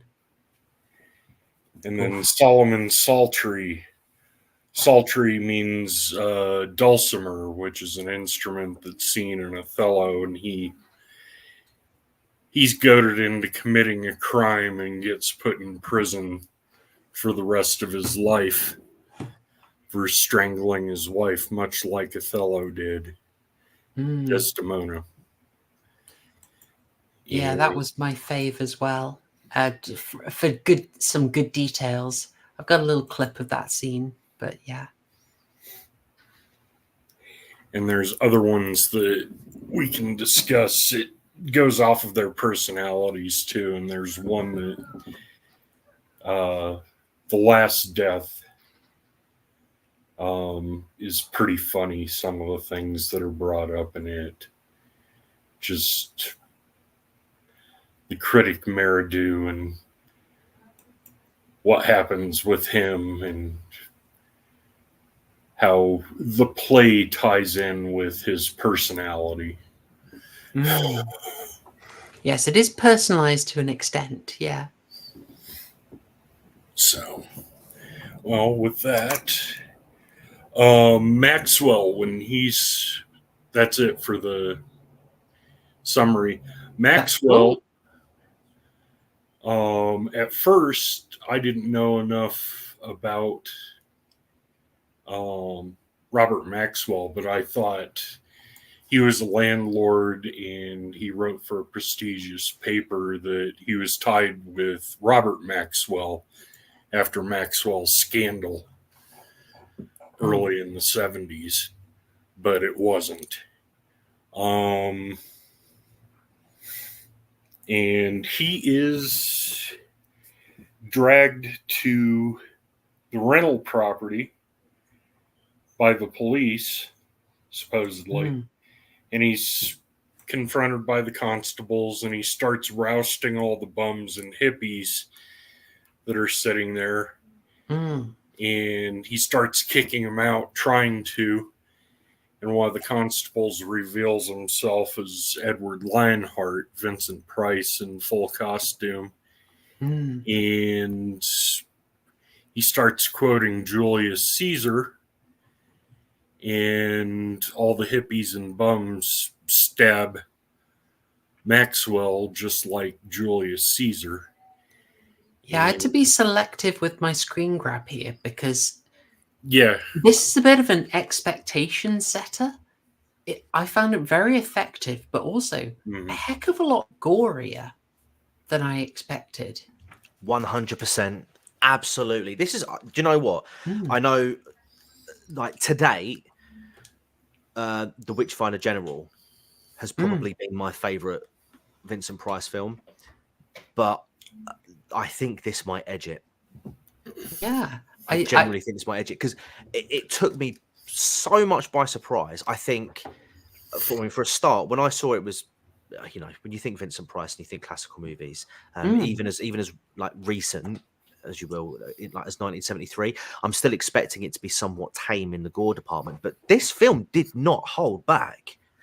Oh no! The 1973, I was really surprised at how how graphic it was for the time, and also, you know, I think the scripting of this film, I think it was really well written. I love the comedy in it as well, the humor, just that British humor. You know, we've always said that it's difficult to balance horror and comedy, but you know, the characters were very sort of they weren't one type of character and then like a different, you know, like, do you know what I mean? Like, you know, the characters were very much set in their ways, not one dimensional as such, but you know, you knew who the comedic characters were, you knew who the, you know, the serious actors were, and it just all blended really well. There was nothing that sort of took you out of it or something that sort of made you think, oh well, I, you know, wouldn't expect you to say or do something like that. It was all very much like how you would expect it. I just also love how incompetent the police are in this film. I mean, that is that is a trope in horror films, but they take it to the nth degree in this movie. Like the bit where the car chase, yeah. when the guy in the Lionheart mask drives past, they're like, "There's him, that's it, get him," and it takes them a good like minute and a half to like U-turn and get out so that they can all start chasing him. I love they keep parking each other in. It's hilarious. It's like watching the Keystone Cops. And I'm just like, how, like every single person, like we'll give you a detective, you can stay, you know, they'll stay by your side. And it's like literally within seconds, like they've just lost they've lost the person they're protecting. Like one person goes to a winery for a wine tasting session. Another guy goes home and leaves the other person outside. Oh, there's a surprise TV crew here with, it's like nobody questions it. And I'm all there for it. I'm all there for it. Like I want to throw out, I think it is Shakespearean to do that. Like especially something like Titus Andronicus, but Lear as well. There are characters who are clearly meant to be your comedy character, and there's intense moments of absolute horrific gore and tragedy, but then there'll be jokes about it as well. Titus is the Shylock scene. I'll hold my hands up. I don't know my Shakespeare, unfortunately. My Shakespeare is shaky spear. But do you know what else about this film? It's kind of educational in that sense. it is kind of educational Mm. as well. Like for me, not watching it before, I don't know how those plays literally play out, apart from your obvious Romeo and Juliet, Mm. let's say. And of course, like, Julius Caesar, because, historical context. But, these other stories as well, it was really interesting to see them put like a modern spin on it. And even like they were brave enough as well to make changes to the to the original story, to fit Vincent Oh, yeah. Price's, Edward Lionheart's, overall objective and overall Yeah, goal. the change in Merchant of Venice, Shylock versus the Merchant, the pound of flesh, but sometimes it was played straight. Oh my god, I loved it. This is sorry. Oh dear, when they chat. take Oy vey. Shut I it mean, down. cuts an extra 2 ounces off. Oh, exactly. Yeah, I did question why the heart was smoking, but yeah, I just loved it when they went over to the weighing scales, put it down, and it was like, oh, it's like 1.2. And then they just like cuts a little bit off. A pound exactly. When Snipe, the next detail. victim is Snipe. Yeah. Who gets taken into the theater, and he starts looking through the book at all the critic comments in the poster book, and he starts thinking something's wrong, and then Price comes in dressed in full Spartan uniform with the full makeup And the stage makeup as well. Yeah. It's just really cool seeing the stage makeup done properly, and you can see how rough it is. And Snipe gets killed and then dragged through the street near the funeral, right after the funeral. That was so nasty. I loved Maxwell's funeral, where who's that walking away? She looks familiar, and then they all wander away to talk or find the girl that was there that they didn't know. Edwina. And the gravedigger starts quoting Hamlet at the grave. And it's Vincent Price. You're just going, oh man. You can see why he was having such a great time with this, when he felt he'd been, he felt he had been a bit caged into some kind of sloppy roles that were a little one note. Yeah. So some of the trivia I've got says that Vincent had always wanted to do Shakespeare, and so this was a dream for him. And I want to say, fake news, fact checked. I am Mariana. I have BBC verified. Vincent did a lot of Shakespeare. Okay. He did that mostly in his early summer seasons of plays where there would be short performances. But Vincent did Shakespeare previously. So, most notably Richard II and Richard III. There you go. But nevertheless, this was a dream because he got to actually have a proper stab at those famous monologues. So he adored it. I think he saw it as a chance to sort of bring Shakespeare to people and say, like, you may think it's old and it's dusty, but it's got stuff in it that you would never have thought is in. I think he loved that. But if we can just like roll back a bit, I just wanted to ask quickly. I always love asking this. Was this a complete new one for you, TCG? Had you ever heard of it before? Never heard of it. Didn't even know it existed. First watch, sorry. Sweet. Murgoot? This is the first I knew of it, but I'd never watched it. And I tried watching it the other day and real life interrupted, and then I watched it this morning and laughed my butt off throughout the entire thing. I'm delighted to hear it. I'd seen it decades ago, but oh man, this was a great rewatch. It just sorry to interrupt. It just looked like a really fun film to make for the you could it looked like the people were having a good time making it, and it felt like it wasn't taking itself too seriously, or the actors weren't taking themselves too seriously. Like they had a role to play, and I think they did it really well. But it just had this energy of we're having a good time, you know.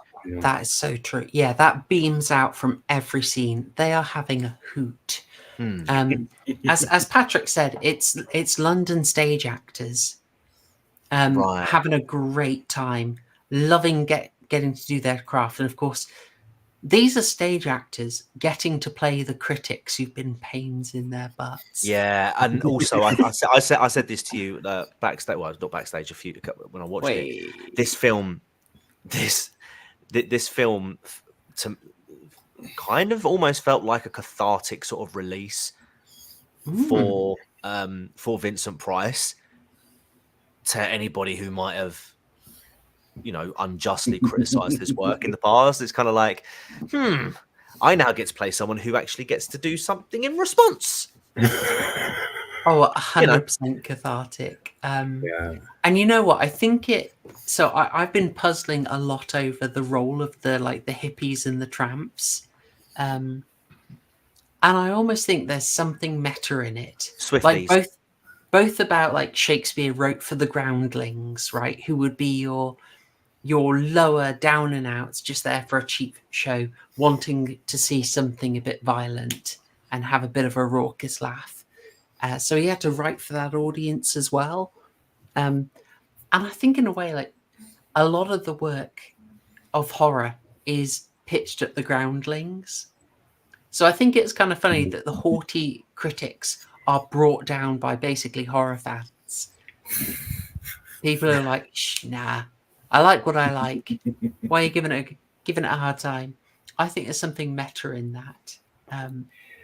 Yeah. And then the critics are talking with the police and the inspectors, like,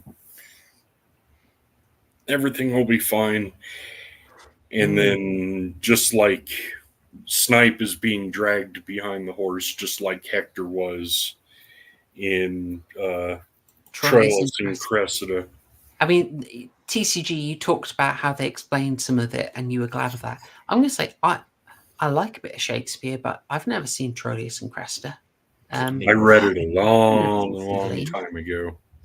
Yeah, neither have I. I mean, like I said, I think the only Shakespeare we ever did was in school, and I mean that was a lifetime ago for me to even recall. But I just love it. I think this is a great film. I really like the way they brought it to the 20th century, and just like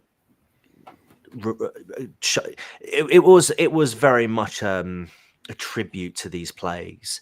This film, and it's for me, it's done in such an eloquent way, and I think they cast it perfectly for someone like Vincent Price to come in, who we know has got an extensive stage background, and obviously by that time he'd already had like quite an extensive career in film and TV. It was. I don't think you could have put anyone else into the role that could have understood that what was required better than he could, and the people that were supporting him with, I want to call them like the cult. I almost saw them as like representative of like the adoring fans, like your Swifties, like the people, like that kind of super fan that just are absolutely obsessed and idolize. Price. That's what they represented to me, almost to the point where they would die for him, almost being the key word. Well, he had his resurrection, and they saved him from exactly into the river. Yeah, there's good crossovers for how they kept him going. There's some interesting questions. So, do I think Shakespeare would have liked this film? I don't know, but I think the film is Shakespearean. I think he would have appreciated the tribute and, knowing that his work was still treasured. And I think he would have got the idea of writing for the groundlings as well as for the circles. There are some lovely highbrow references in this, but there's also just a good bit of fun, and Shakespeare wrote things that would be entertaining. So, I mean, you've already, Dollface, you also asked, did I see Titus with Anthony Hopkins? Yes, I have the Julie Taymor version of it. In fact, if you if you watch my Blockbuster series, on the shelves you can see my copy of Titus. God, it's got Alan Cummings in it. Am I gonna pass that up? Obviously not. But if you talk about Titus, I saw the staging in about 2010 or something, where they had people faint. It was a Royal Shakespeare Company, Titus. In there, oh gosh, what's it called? What's the theatre called, guys? Come on, it's famous. The I say Globe. The Globe, thank you. The one where the audience kept fainting, which I think may have been an advertising ploy. But in the midst of that, they kept making the Roman soldiers really rowdy, and they had them come in singing their version of "Hey Baby," you know, the "Hey Hey Baby, I want to know." Yeah. But they're singing it about Titus. It was absolutely brilliant. So that kind of raucous show, Shakespeare loves it. He wrote it. So yeah, there was one other aspect I wanted to quickly get in. This is done in 1970s Britain, and I think there's another aspect in having like these down and outs be such a problem.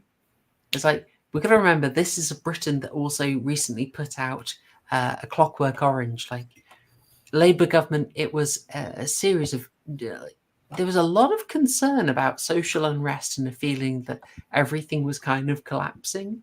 So for that reason alone, I think the symbol of a guy who's well-to-do, who owns the property, going in to try and put out his authority, and the bums turn on him, that was a real fear.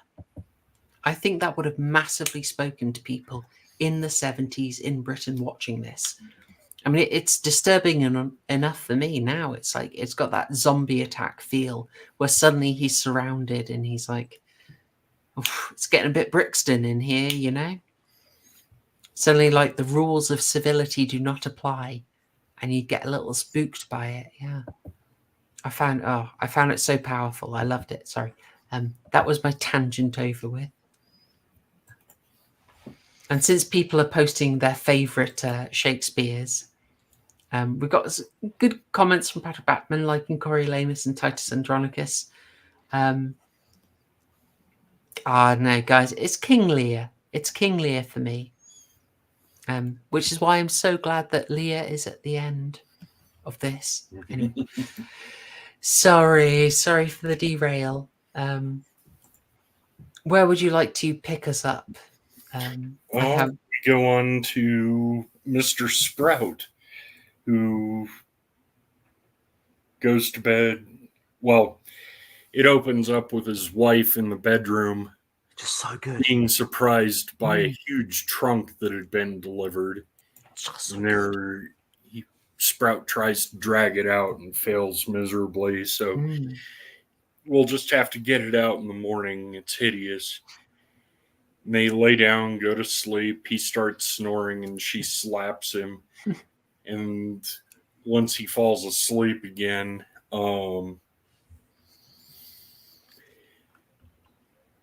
Lionheart and one of his associates climb out of the trunk in surgical gear and go through a whole pantomime. The lighted head mirror. He asks for the scalpel and yanks a hair out of the hippie's beard and looks at it closely and cleaves the hair with the scalpel. And they put the rubber apron around him and chamber pot to catch the blood of all things. It was such a good thing. By the way, Brett posting, did you recognize Mr. Sprout? No. TCG? No, I didn't know. Are you a big Dad's Army fan? Oh my god. Go on. Yeah, it's Mannering. It's Captain Mannering. No way. Yeah. Again, no beard. You don't recognize him without the mustache, but yeah, that's Arthur Lowe, Captain Mannering. Brilliant. I love this scene. I love And then Price proceeds to cut off his head and leave it for the wife to see. She passes out, and then when they show it, they take it off screen, but the next place you see it is one of the critics' houses, posted on one of the candelabras outside the front door. My dude. Don't skim over this. It's so good when he's in the process of like sawing off the head, and then like the missus starts stirring again. He's like, "Oh, you're snoring again," and he just gets the thing and just jabs her butt again and like knocks her out again. And then he's going through, and there's like blood starts squirting up, and he just looks at it going up and down and up and down. And he's like get the blanket thing again, like the cover. I love that. It's just so like, why aren't you sorting this out? Okay, I'm gonna be honest. And then you've got the maid as well, like the next morning. Yeah, the maid not noticing anything. I mean, she's walking around the room. She sets the tea set down. Yeah, that's it. Yeah, Dollface. Yeah, sorry. And then notices his head is severed. And then she screams and faints, waking up the wife. The wife screams and faints. Head falls off and rolls on the floor. And then the maid screams again and faints again. So good. Absolutely love it. Now, I feel I should, how can I say, if Harrian were here, Harrian would have a slight problem with this scene, and he would say, well, how did they get the head and move it after the wife discovers it in the morning? True. Very true. There are a few things that you could say, and I'd want to say, Harrian, that's absolutely correct. I'll take a burger off later, but gosh darn, I'm enjoying this so much that it doesn't bother me. Don't bother me at all. Yeah. I genuinely don't care. I don't care. I had that question, and then because I thought to myself, hang on a minute, did they do the same thing to another person? Like it did make me ask questions, I will say. But ultimately, I don't care. I don't loved care. It when Lionheart was sawing off the head. He pauses, turns his head, and the hippie nurse just swabs his forehead with That's just classic. Takes it so seriously. Yeah, it's great. It's so great. I mean, this is just a film to have a very good time too, really. And this is based off the play Cymbeline. Again, one of those ones where I'm very one of the grateful. lesser known plays. Yeah, I'm very grateful they spelled that one out for us.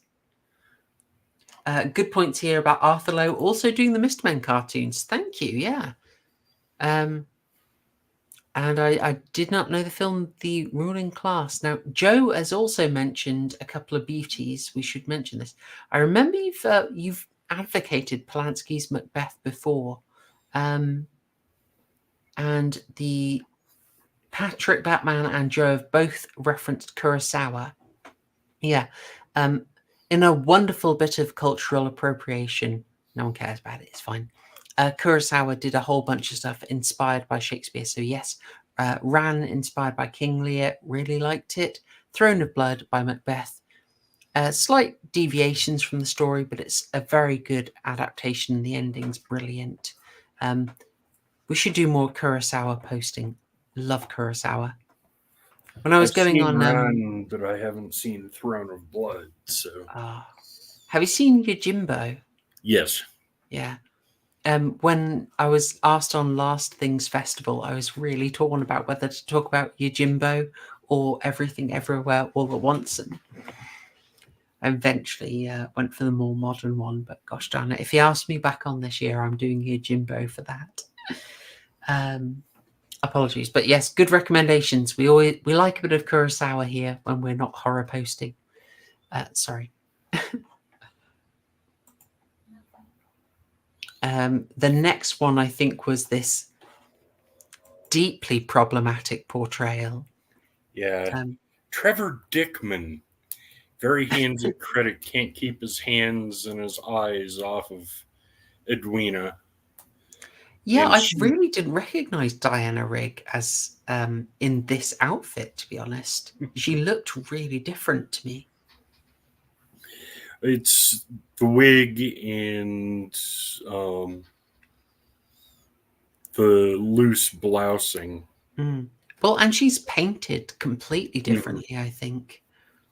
You don't usually see her sort of, I think, done like that. I think I've got her a bit more plain later. Yeah, okay, I'll bring her up from a later scene. Just it's more natural paint, you know, no makeup, no bra, no sort of contouring. Bit chilly in that car though. Yeah. I will say I did clock quite early on that she was the dude with the afro, like with the Yeah. and beard. It was head hippie. Obvious.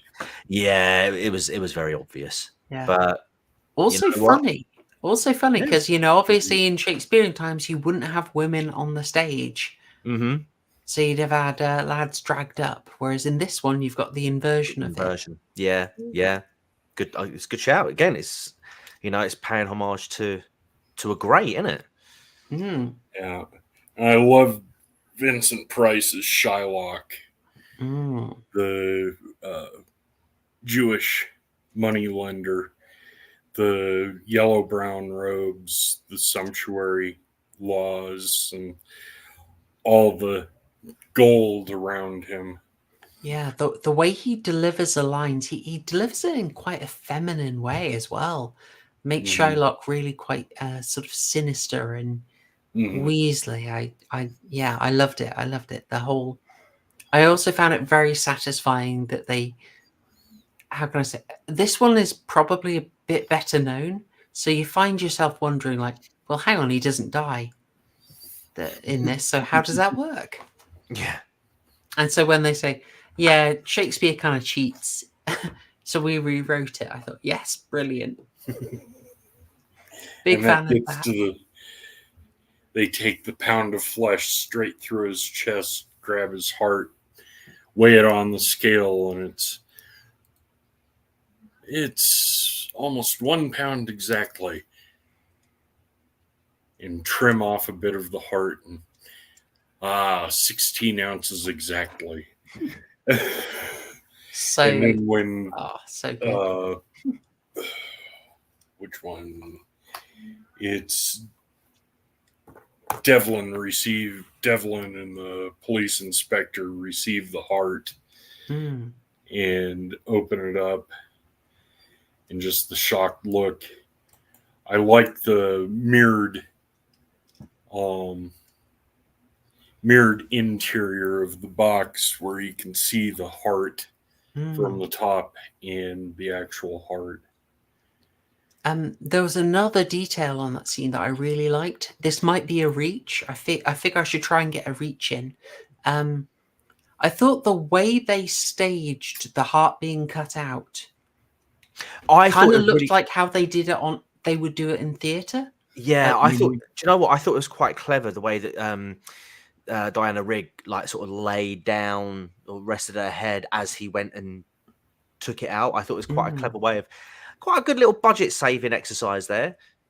Oh yeah, it's definitely a budget saver, but it's also how I tend to see those effects done on stage. Is someone will like get held down and kind of visually blocked, and then someone will try and distract you with a speech. I'm thinking particularly of King Lear, because they've got to get someone's eyes being gouged out. So usually that person is held down by guards and struggles and kicks, and while you're distracted, and Goneril or Reagan, I forget which one, is giving you the chant, they're sort of putting on the gory eye makeup so that they can quickly show you that. Oh, good times. So it just reminded me of how a stage performance would be done, and one of many shots in this film that I thought were particularly creative, like this one from the very start, you're sort of seeing from under the boards. That's a nice one. Or this visit where you've got this second critic's visit where you've got a nice angle, putting the damning verdicts front and center for you to see what's motivating. Love it. Just the director, really good shots, making a lot more effort, and it really pays off because the film just looks so good. Yeah, this is the part where they receive the heart, and the police inspector is, you suspect someone, don't you? And it's, yes. And he points out the playbill on the wall. Lionheart is back. And Lionheart is supposedly deceased, so they weren't expecting it at first. But it's when it's the critics who are telling the police what's going on. I thought that was kind of funny. Well, the police are useless, you know. Hilariously, consistently useless. I suppose that's why they cast comic actors as the police. Eric Sykes, in particular, is quite good at that. We had the follow-up as well. This one using Richard III. Now, this has particular resonance for Vincent Price, but I won't blame you if you don't remember. He did Richard III, didn't he? Yes. Yeah. He starred in 2 horror movie adaptations of Richard III called Tower of Blood. Nice. Yeah, so he had one version in like the 1930s alongside Karloff and Rathbone, and then he starred in a 62 version where he was suddenly like the arch villain, and those were, you know, inspired by Richard III, but not exactly it. Yeah, so extra resonance for him getting to do that. Yeah. The next death is Oliver Larding, which I thought was an amusing name. And he has the police stop by to his appointment at a winery for get together there. And the lead hippie is the sommelier, leads him, and Lionheart and Edwina lead him down into the basement, and they drown him in a cask of wine, just like Richard III. Yeah, that Vincent did that death in the first version of Tower of Blood. He had to be drowned in the vat of wine. It's nice to see him sort of standing back and gloating over it. Yeah. God, I'm so tempted. Okay, if Waifu was here, she would launch into a story about how Richard III is anti-Yorkist propaganda. But she is not here, so we'll move on. But I feel duty to point out that Richard III is much maligned. And that, yes, it literally is propaganda against him. But there we go. I mean, this is just a great fun. So much fun at this point. Something I enjoy in all of these deaths is how the homeless people manage to be very convincing, and then within seconds, when the murder's about to happen, they're all sort of getting drunk again. And sometimes it's done beautifully in the background, but you just get that sense of disorder building up. And it's so great to watch them drop the pretense. Joe is quoting a fantastic line from Goethe here. I have never heard that before, but that's wonderful. "'Tis a critic, I vow. Let the dog be struck dead." What is that in German? Can we have the original German, Joe? I'll give you a reading if you get me that. Yeah, I like this one. Fun, obviously. The extra meaning for Vincent is lovely. Yeah. Speaking of what they're drinking, by the way, can we settle this now on stream? What the heck is the purple drank? I think it's Listerine. You're telling me he's not swigging What do the urban youth call it? Loud? Oh, no idea. Time have no clue, but yeah, I could see them drinking Lean. Listerine because Lean. Okay. since Yeah, it's so lean. cheap. That's the one. Yes. But Grape drank and cough syrup, right? yeah, Listerine in the States is, well, unappetizing. It's piss yellow, Oh dear. not purple. You'd have to. Okay, so. Well, could it be meths? Could it be? Yeah. I do think it might have been Listerine, or it can't be meths. I mean, but what on earth is it? It looks so weird, and they almost always have a bottle of this vibrant purple drink in every scene of where they're glugging it. It's like saved constant examples of it. Do I have? Where's my next one? Here, just in the background. Look, he's on the purple drank.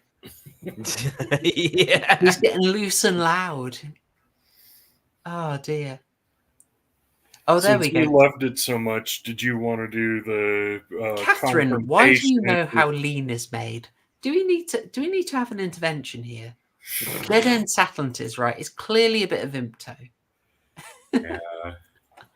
You guys Sorry, had Murgoot. What were you saying, we my had friend? robo parties. Oh, Robotuss. of course, yeah. Hitting that tuss. Yeah. Drink the tussin, start the fussin. Yeah. Since you loved it so much, TCG, you want to do the encounter with Devlin at the gym? Yeah. Oh, look out. Do you know what? I just again, like, it's just what surprised me about this film. Again, given the time that it was filmed, like choreography wise, they're just like choreography wasn't really a thing, or like a well fleshed out thing at that time. My God, this took me by surprise. Yeah, it did. I love the Errol Flynn stunts. Like the little when he jumps off the banner, like the barrier thing, and then like does a somersault, like inverted flip. I was like, where did that come from? That felt almost meta. I know. You know, like they're almost saying, look, obviously Vincent Price is not doing that. Obviously, it's a stunt double. So I'm just going to throw it at. Screw it. Yeah, he'll have a somersault. Why not? I love the balance beam onto the small You know, trampoline. You know, what date movie? Do you remember that? Vaguely, yeah. Like they had an ongoing gag whereby the stunt doubles would always be black, even for white characters, and it would be super obvious that they'd just switched over to a stunt double because they would be black every time.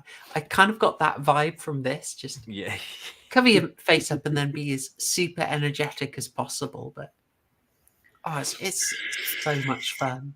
Yeah, so I was doing a little bit of digging beforehand, and I think this referenced the because I couldn't remember what it said in the film, but I think it references there's a sword fight or something in Romeo and Juliet, which is what inspires this particular. Oh God, it's just so great. Yeah, so it'll be Romeo versus Paris. Yeah, Devlin goes to the gym to do his fencing session, but there's nobody there except this one guy who turns out to be Lionheart. He's doing a really weird accent as well. It's like a German accent or French, something like that. It's really difficult to pin down. And then he reveals himself as because they turn around. He's like, "Oh, you haven't got a bob at the end of the sword." And he's like, "Well," he's just like, "Well, neither do you." He like pulls it off, and then they like just crack on, and then it just completely blew me away. It genuinely blew me away about how well the choreography was for this scene. I mean, you've got them proper going at it, like sword fighting, then they like running around the gym, jumping on balance beams, like going at it. Then the trampolines. My God, the trampolines. They're like, I don't know how to describe it. Just if you haven't, please watch it. Just that scene, it's crazy. But as he's going through the scene, Lionheart has the upper hand. He slashes Devlin's chest a few times, and eventually he's sort of laid down, and he's sort of, in a sort of submission sort of position on his back. He's got no fencing sword, and then he's like, "Why are you doing this, Devlin? Why are you doing this, Lionheart? What is your game?"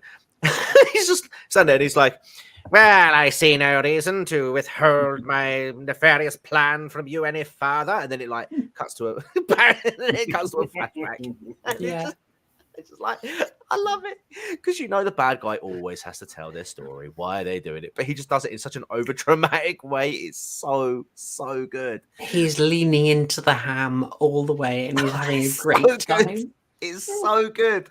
I love it. It just makes the most of it. Oh, I'll also say about this bit, by the way, the fact that he gets an early slash in, is kind of clever, because it helps you distinguish between the two of them. Exactly, yeah. Because I think without that, I'd have been absolutely lost.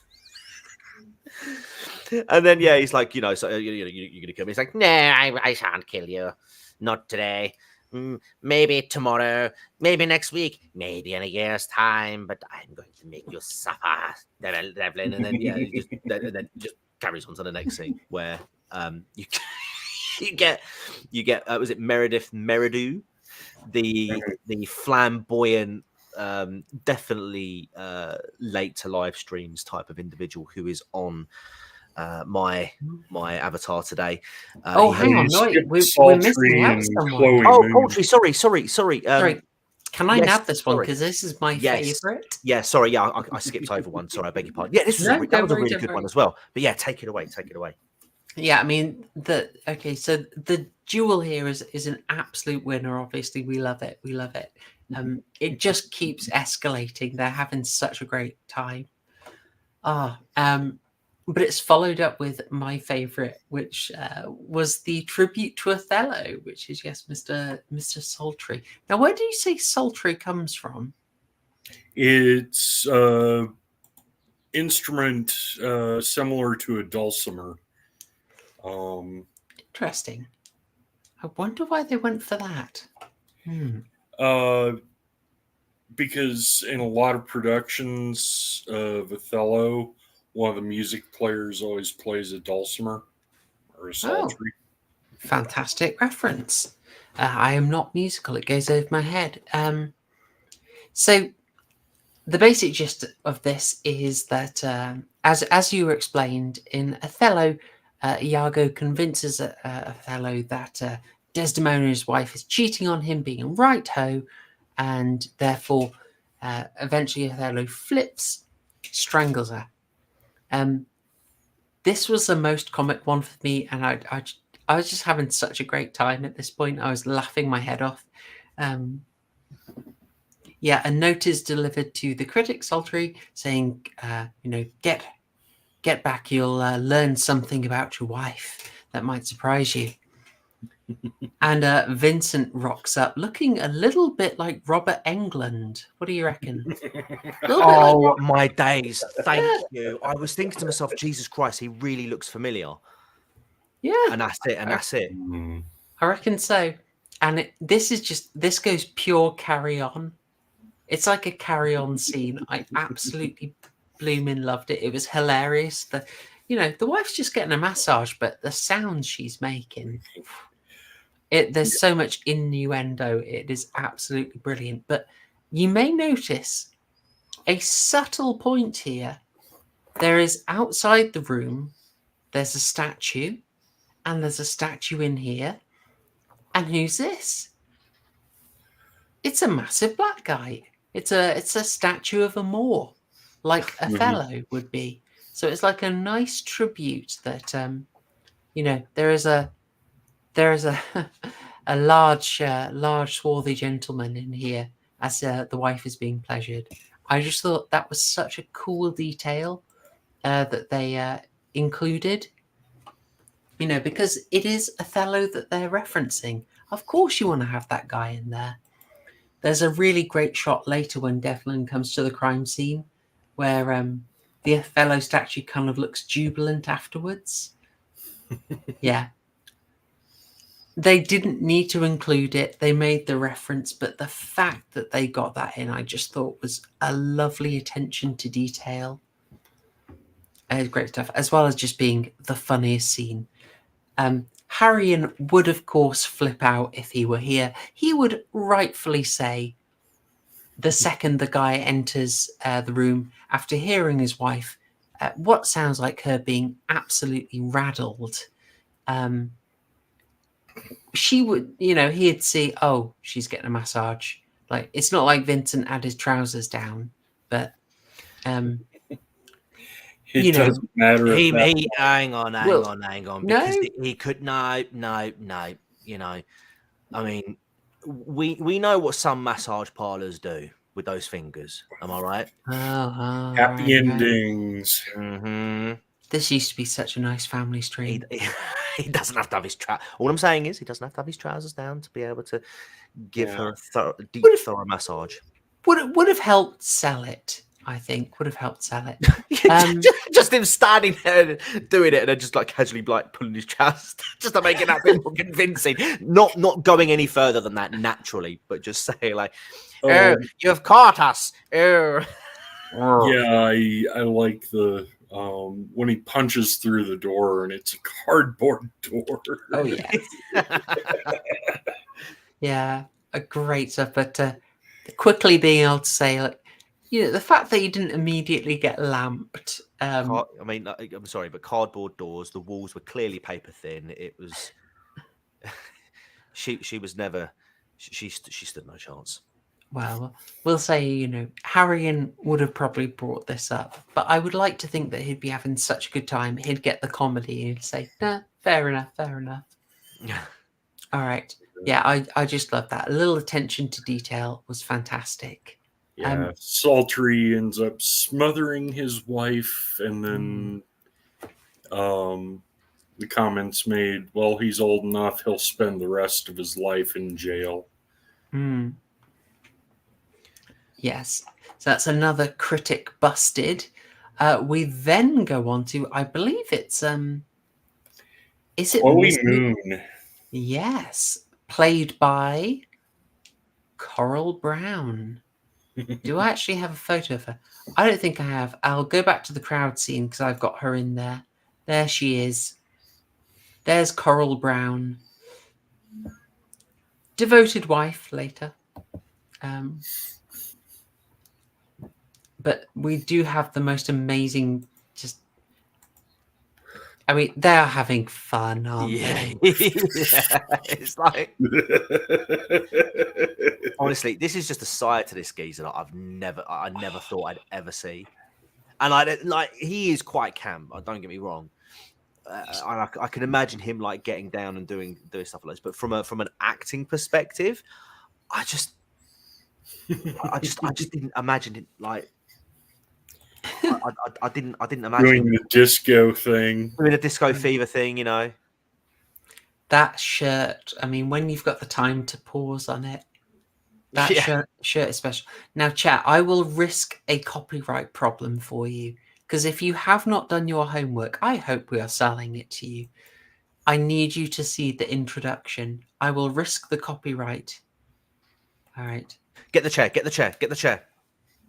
Oh, how do I get the chair up? I don't think I can do it. You can't overlay it, can you? I can't overlay it. I'm too stingy. Do you need to pay for an overlay? I don't know about that. I do. See, this is why you should do OBS Horror Show. Oh, you know what a boomer I am. Be able to get the studio set up and you can just click through as you should go. And then you can have your little chairs. Add and remove. Obviously, we're talking and providing valuable commentary at this point. Oh, yeah. His name's Butch. I'm Butch. Hey. One more time. Hello. I'm Butch. Pop Ross. Hey. Oh. Dishy hair. I love it. Oh, no. Bob Ross. Come on, baby. Let me get at it, huh? I just want to note here that your boy El Duderina has Butch as his. Oh, yeah. Brilliant. Horror Show, subscribe. This is like a gimmick account. Everyone subscribe to El Duderina right now. Just I'm gonna do it. I'm gonna do it. El Horror Show Duderina. sent me. Yep. El Duderina, where are you? Come on. Yeah, Butch makes me very happy in this. Oh, do me a favor. Link me the video because it's not come up. Oh, hang on. Channels. Mm. Right, here we go. Why can't I find it? Oh, I'll link you the vid. All right. Yeah, this is the Death of Miss Moon. It's as over the top as anything else. I mean, again, also we mentioned it early, but we are sort of breezing by it. Like how kind of nasty this is. It's a bit of a brutal death that she gets. Mm-hmm. Oh, it's awful, but it's so good. Mm. Yeah. So, what story was it? Was it Henry? It was a historical one, wasn't it? Let's clarify. I'm horrific on the history ones. Let's go for the plot. Was Henry? Was it Henry? Henry VI, Part 1. Yes, it's the burning of Joan of Arc. It is, yeah. Again, these are quite extreme deaths, but you're in 1973. You can get away with showing a little bit more now, and they do. They very much do. Where did my comment go? All right. He's going to have the most confusing analytics. Hi, Horror Shows. Oh dear. Thank you, Alduderina. Much appreciated. I mean, I didn't have as much to say about that. I like the vibe and the performance and the she's convinced by saying that he does one of the princesses. Oh no, Patrick Batman, what are you doing? What are you doing? I've subbed. Good stuff. Yep, we've subscribed. We love Butch. We're Butch appreciators.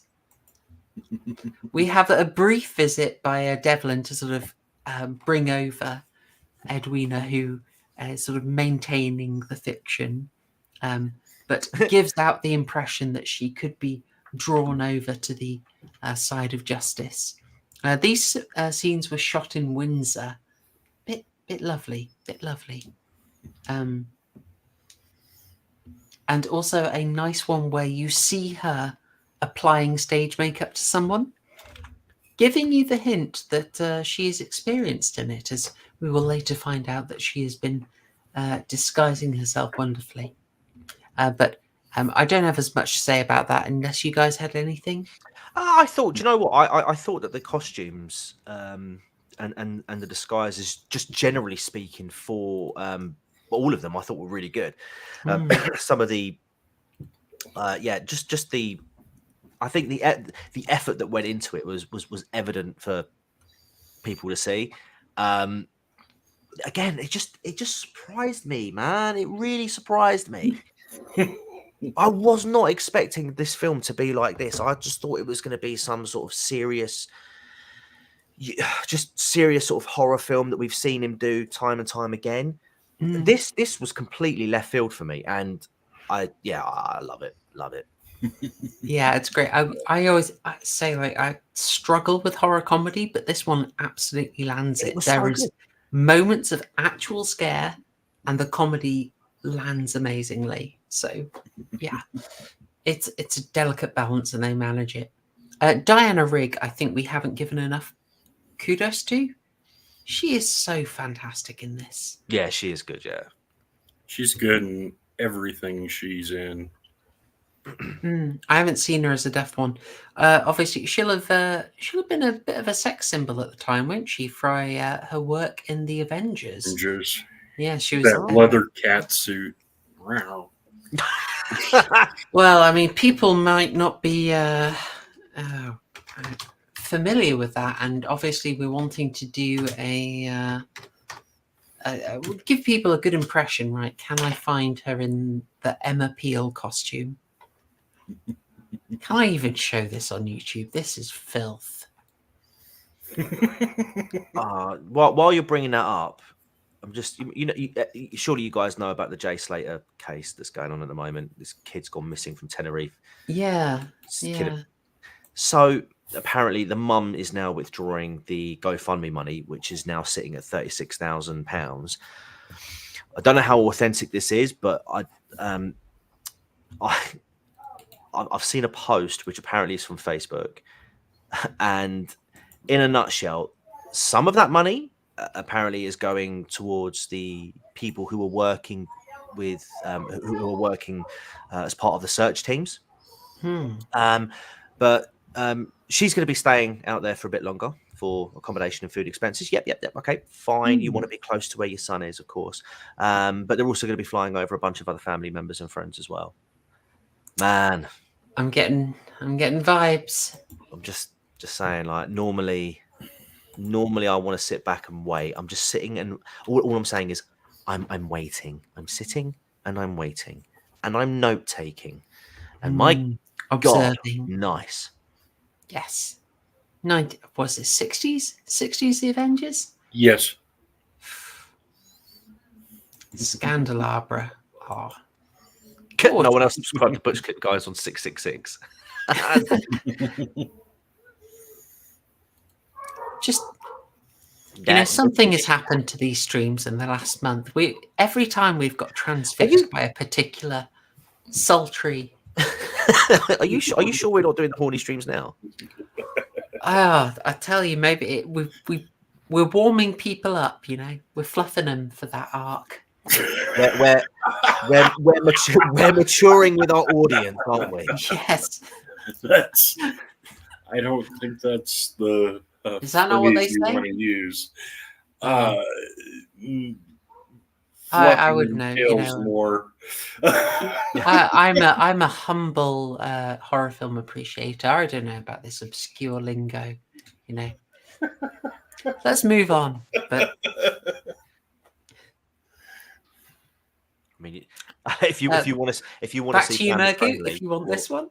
If you want to see family friendly or the complete antithesis of it, just check out Sir Ed Davies' current Libdub campaign. He's getting mean to oblivion at the moment. Yeah, with I did put it in the Twitter chat, by the way. I'm not putting that on screen. No, don't. Absolute filth. All right, let's move on. We want to stay at where are we? We might offend Super Nanny with this one, but let's quickly wrap this one up. This is the Titus Andronicus death. Yeah, with everybody baited away.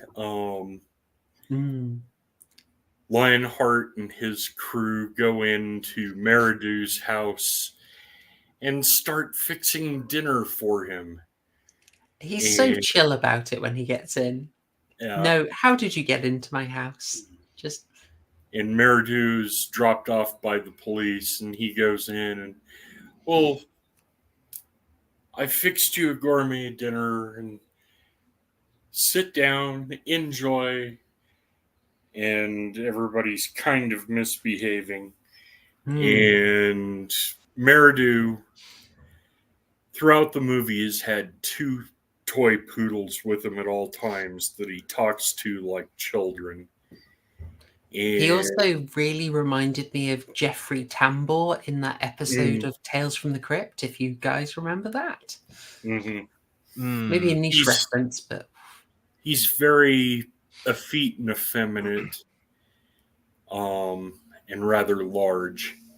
And he starts eating the pasty, and he's informed that he's eating his dogs and chokes to death. And the one I wanted to pick up, it's the death scene of Queen Tamora from Titus Andronicus.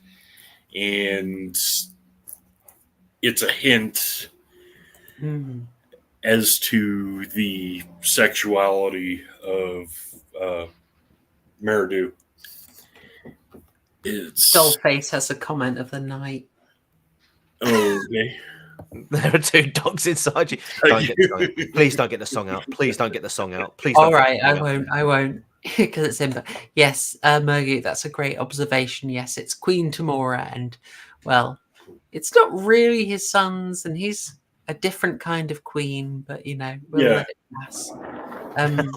I also love in the background the hobos manage Triple to drink. keep it together, but eventually you just notice in the background one of them passing out. It's such a great little detail. All right, we won't play the dog pill song this week. You're safe for this week. No. Phew. No. Hi, But Devontae. Good to see you. Hey. Yes. Don't worry, this will not be this is not going to be one of our efficient streams. We talked about Vincent Price for 80 minutes first. and Proper, I will let you go through the climax. Just before you do, I just want to say this scene really reminded me of the South Park episode with Scott Tenorman. The chili scene. That's it, yeah.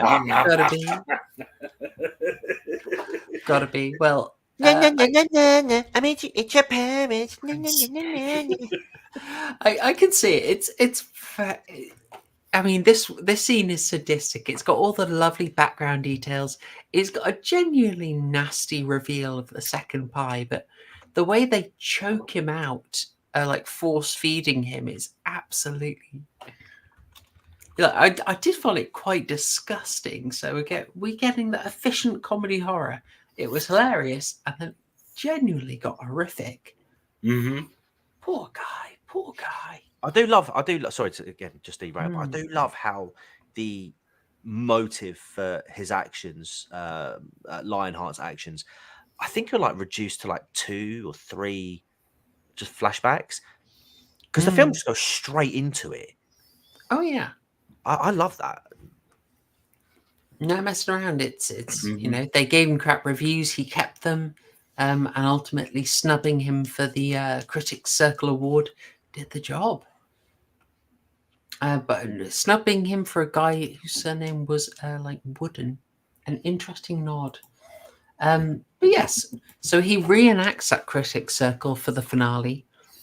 Again, this is one of those things they didn't have to do, but it makes it gorgeous. He dresses the hobos up with these masks, these distorted masks, and it's such a weird touch, but I think it looks absolutely amazing. Oh, it's great. Just makes it look and feel more sinister as well.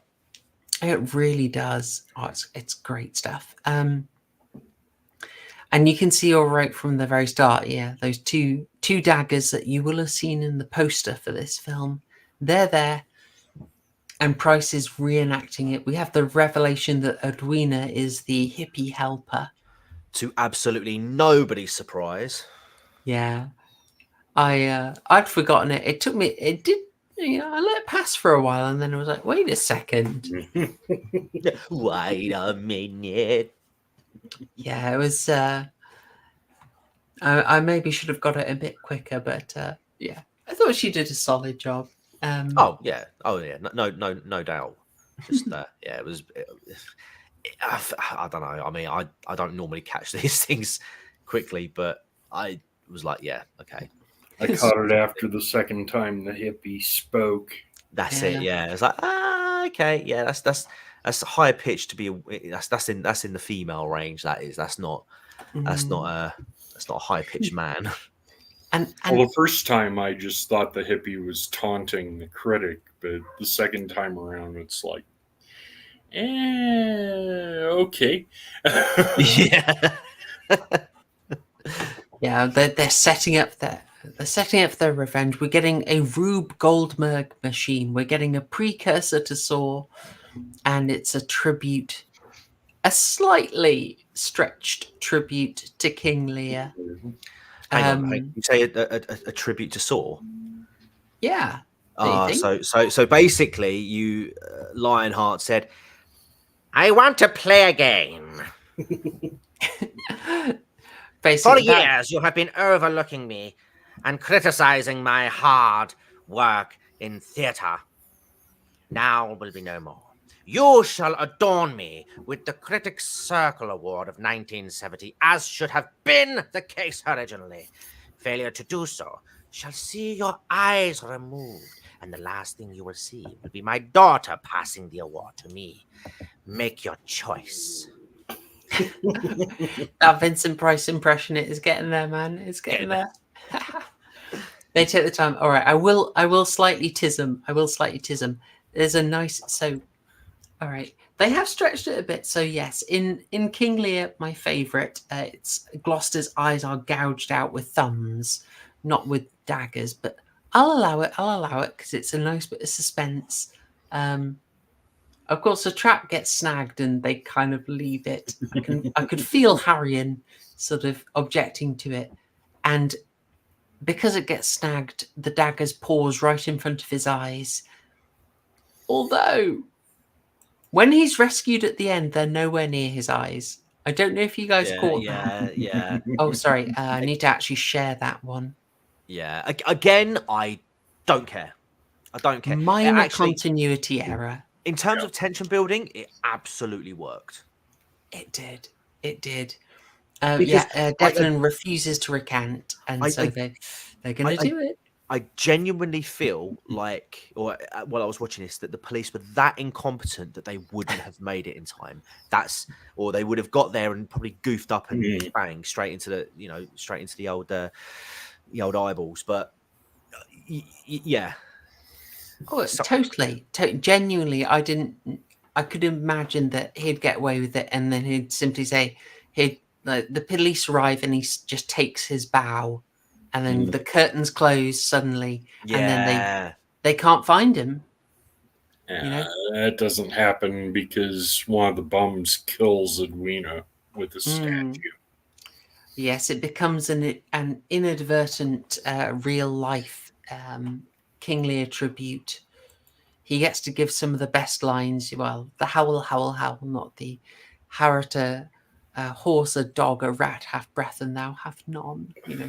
You have to limit it. You have to rein it in a little bit. But can we just appreciate how gorgeous this looks? I was torn, but I thought this would be the screen cap that we go with. Definitely. Rigg and Price did not get a huge amount of time to prep this, so they were just coming into it like absolute professionals and just making it work so well. Her devotion is absolutely wonderful.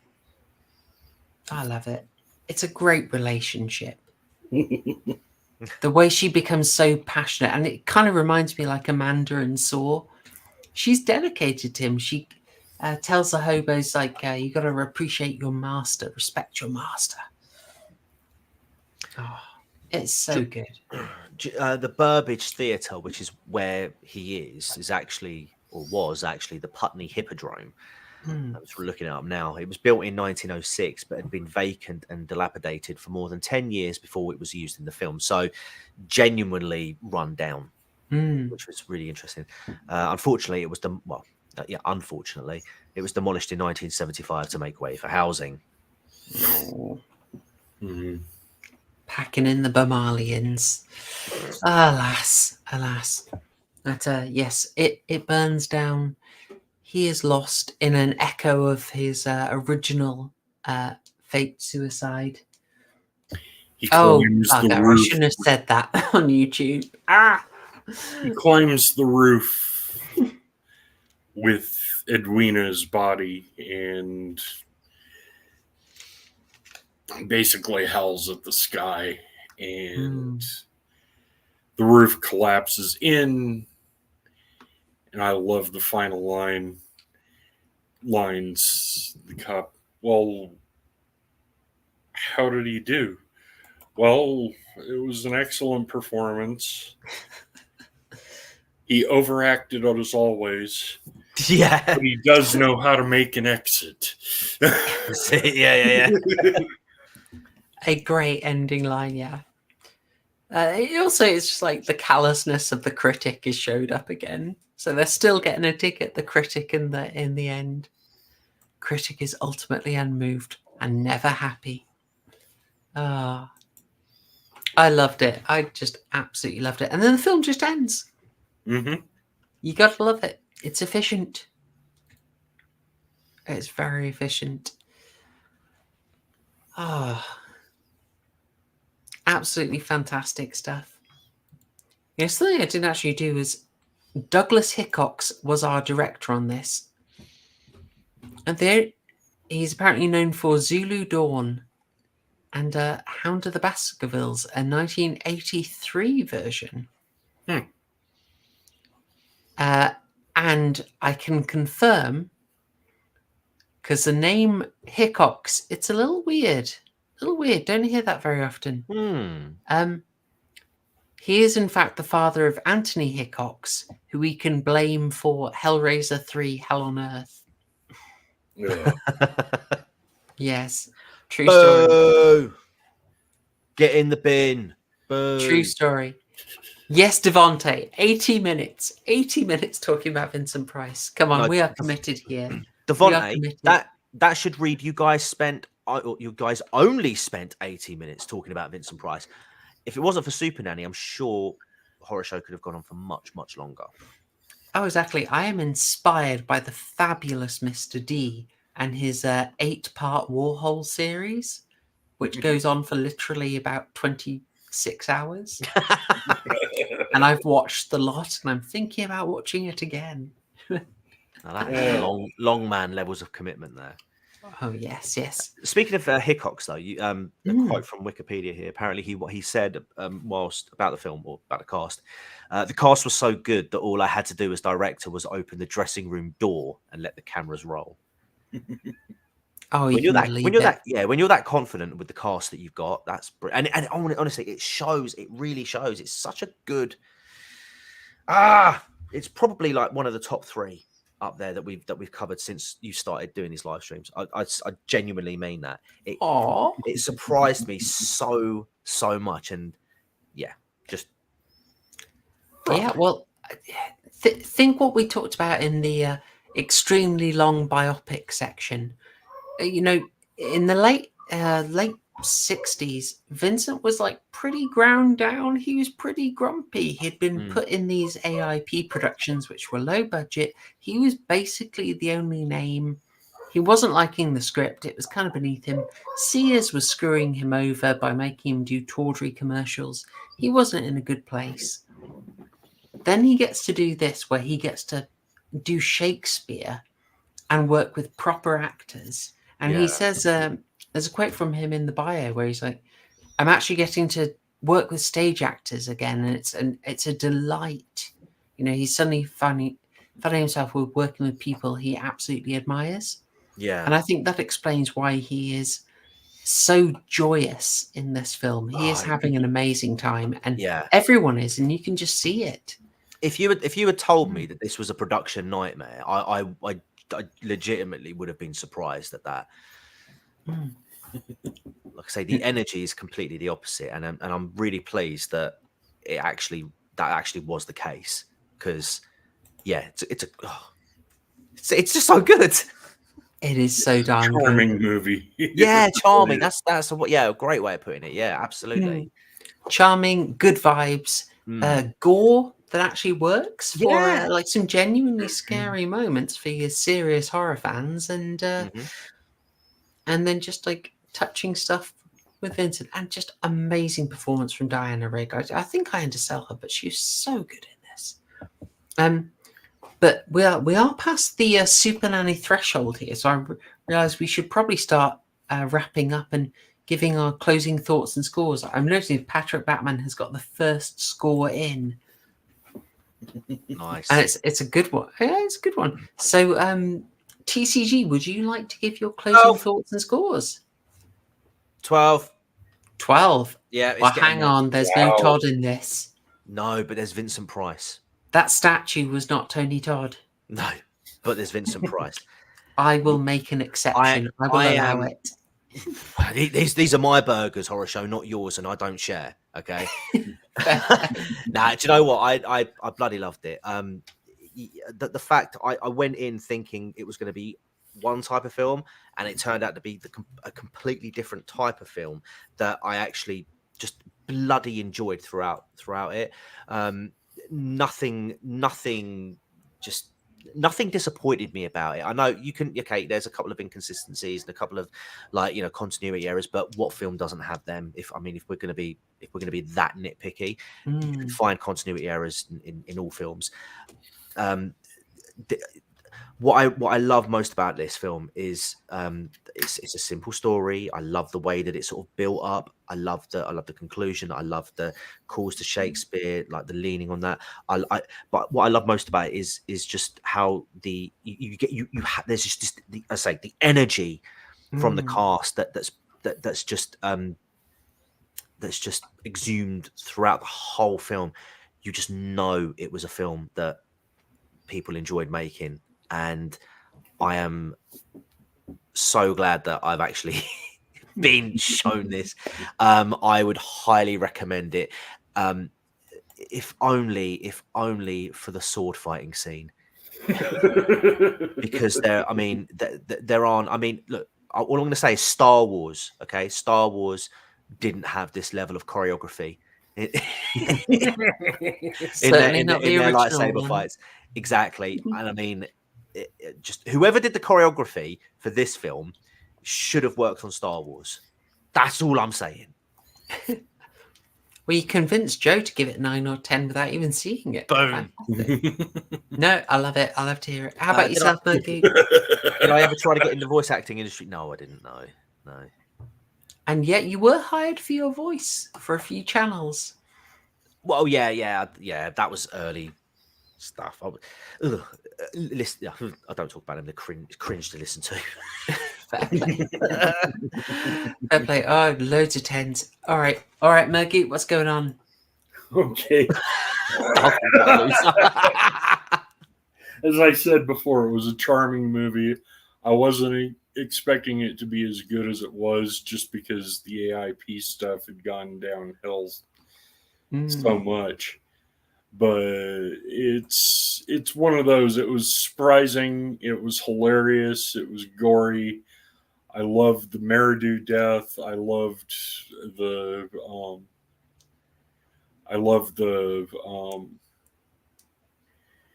gag for the Sultry murder. That ended up, it's like, what is he doing? Is he going to kill Sultry when he busts through the door?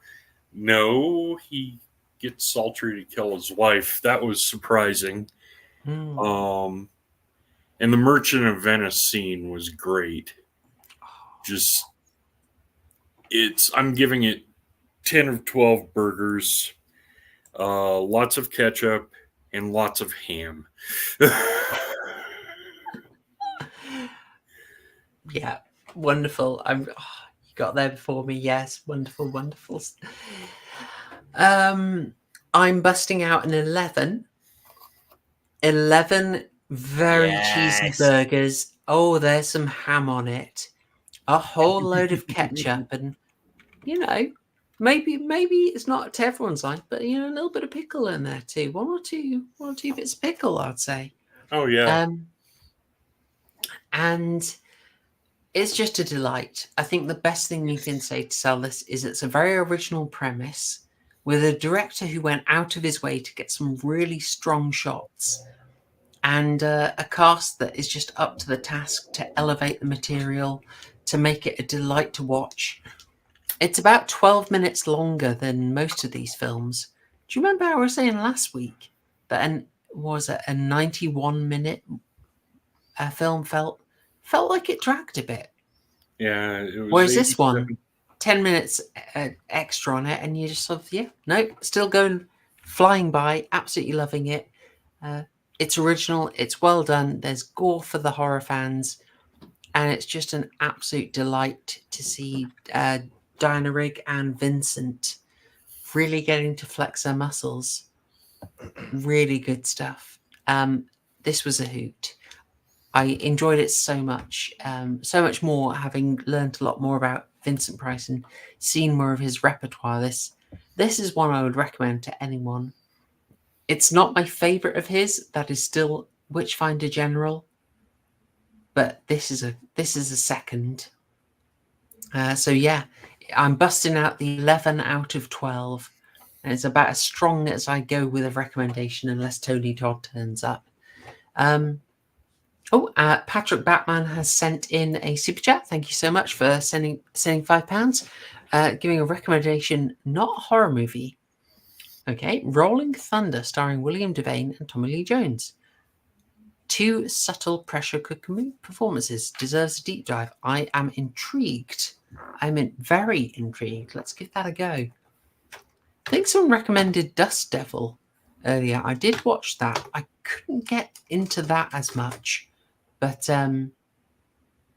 Rolling Thunder. There we go. Thank you. 1977, I'm guessing. Yeah, that's the one. Lovely. I've got that on the list. I will check that out. Yeah, I wasn't sure about Dust Devil, but I might have just been tired. But Hardware, I'm going to watch from the same director, Richard Stanley. Thank you very much for £5. Of recommendations, always appreciated. Yeah, so good vibes. Good vibes on the stream, good vibe on the film. Folks, as I have said, thank you so much for watching.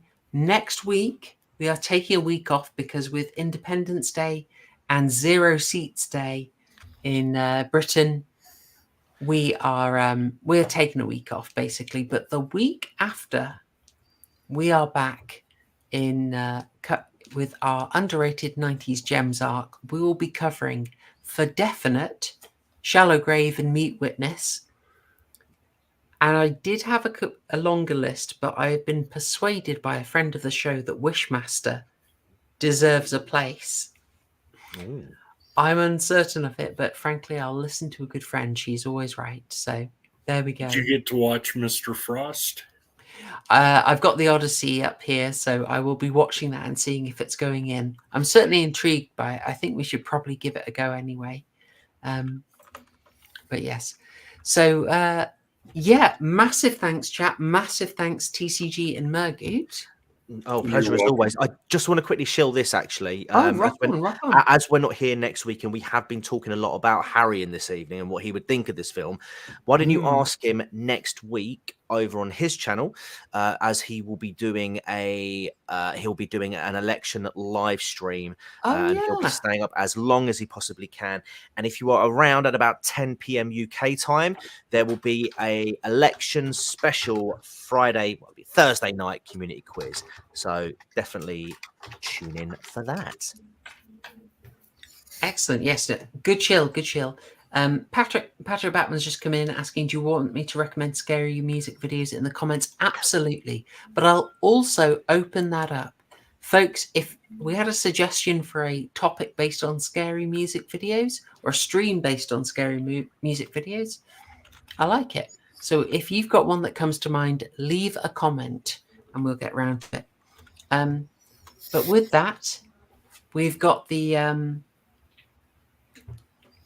with that, yes, you've got your horror homework for the week after next. You've got a good tip for what to do next Thursday. You've got my thanks and my gratitude for watching the stream and letting me chat about my love of Vincent Price. And with that, I'll be wishing you a lovely Friday and a great start to the weekend.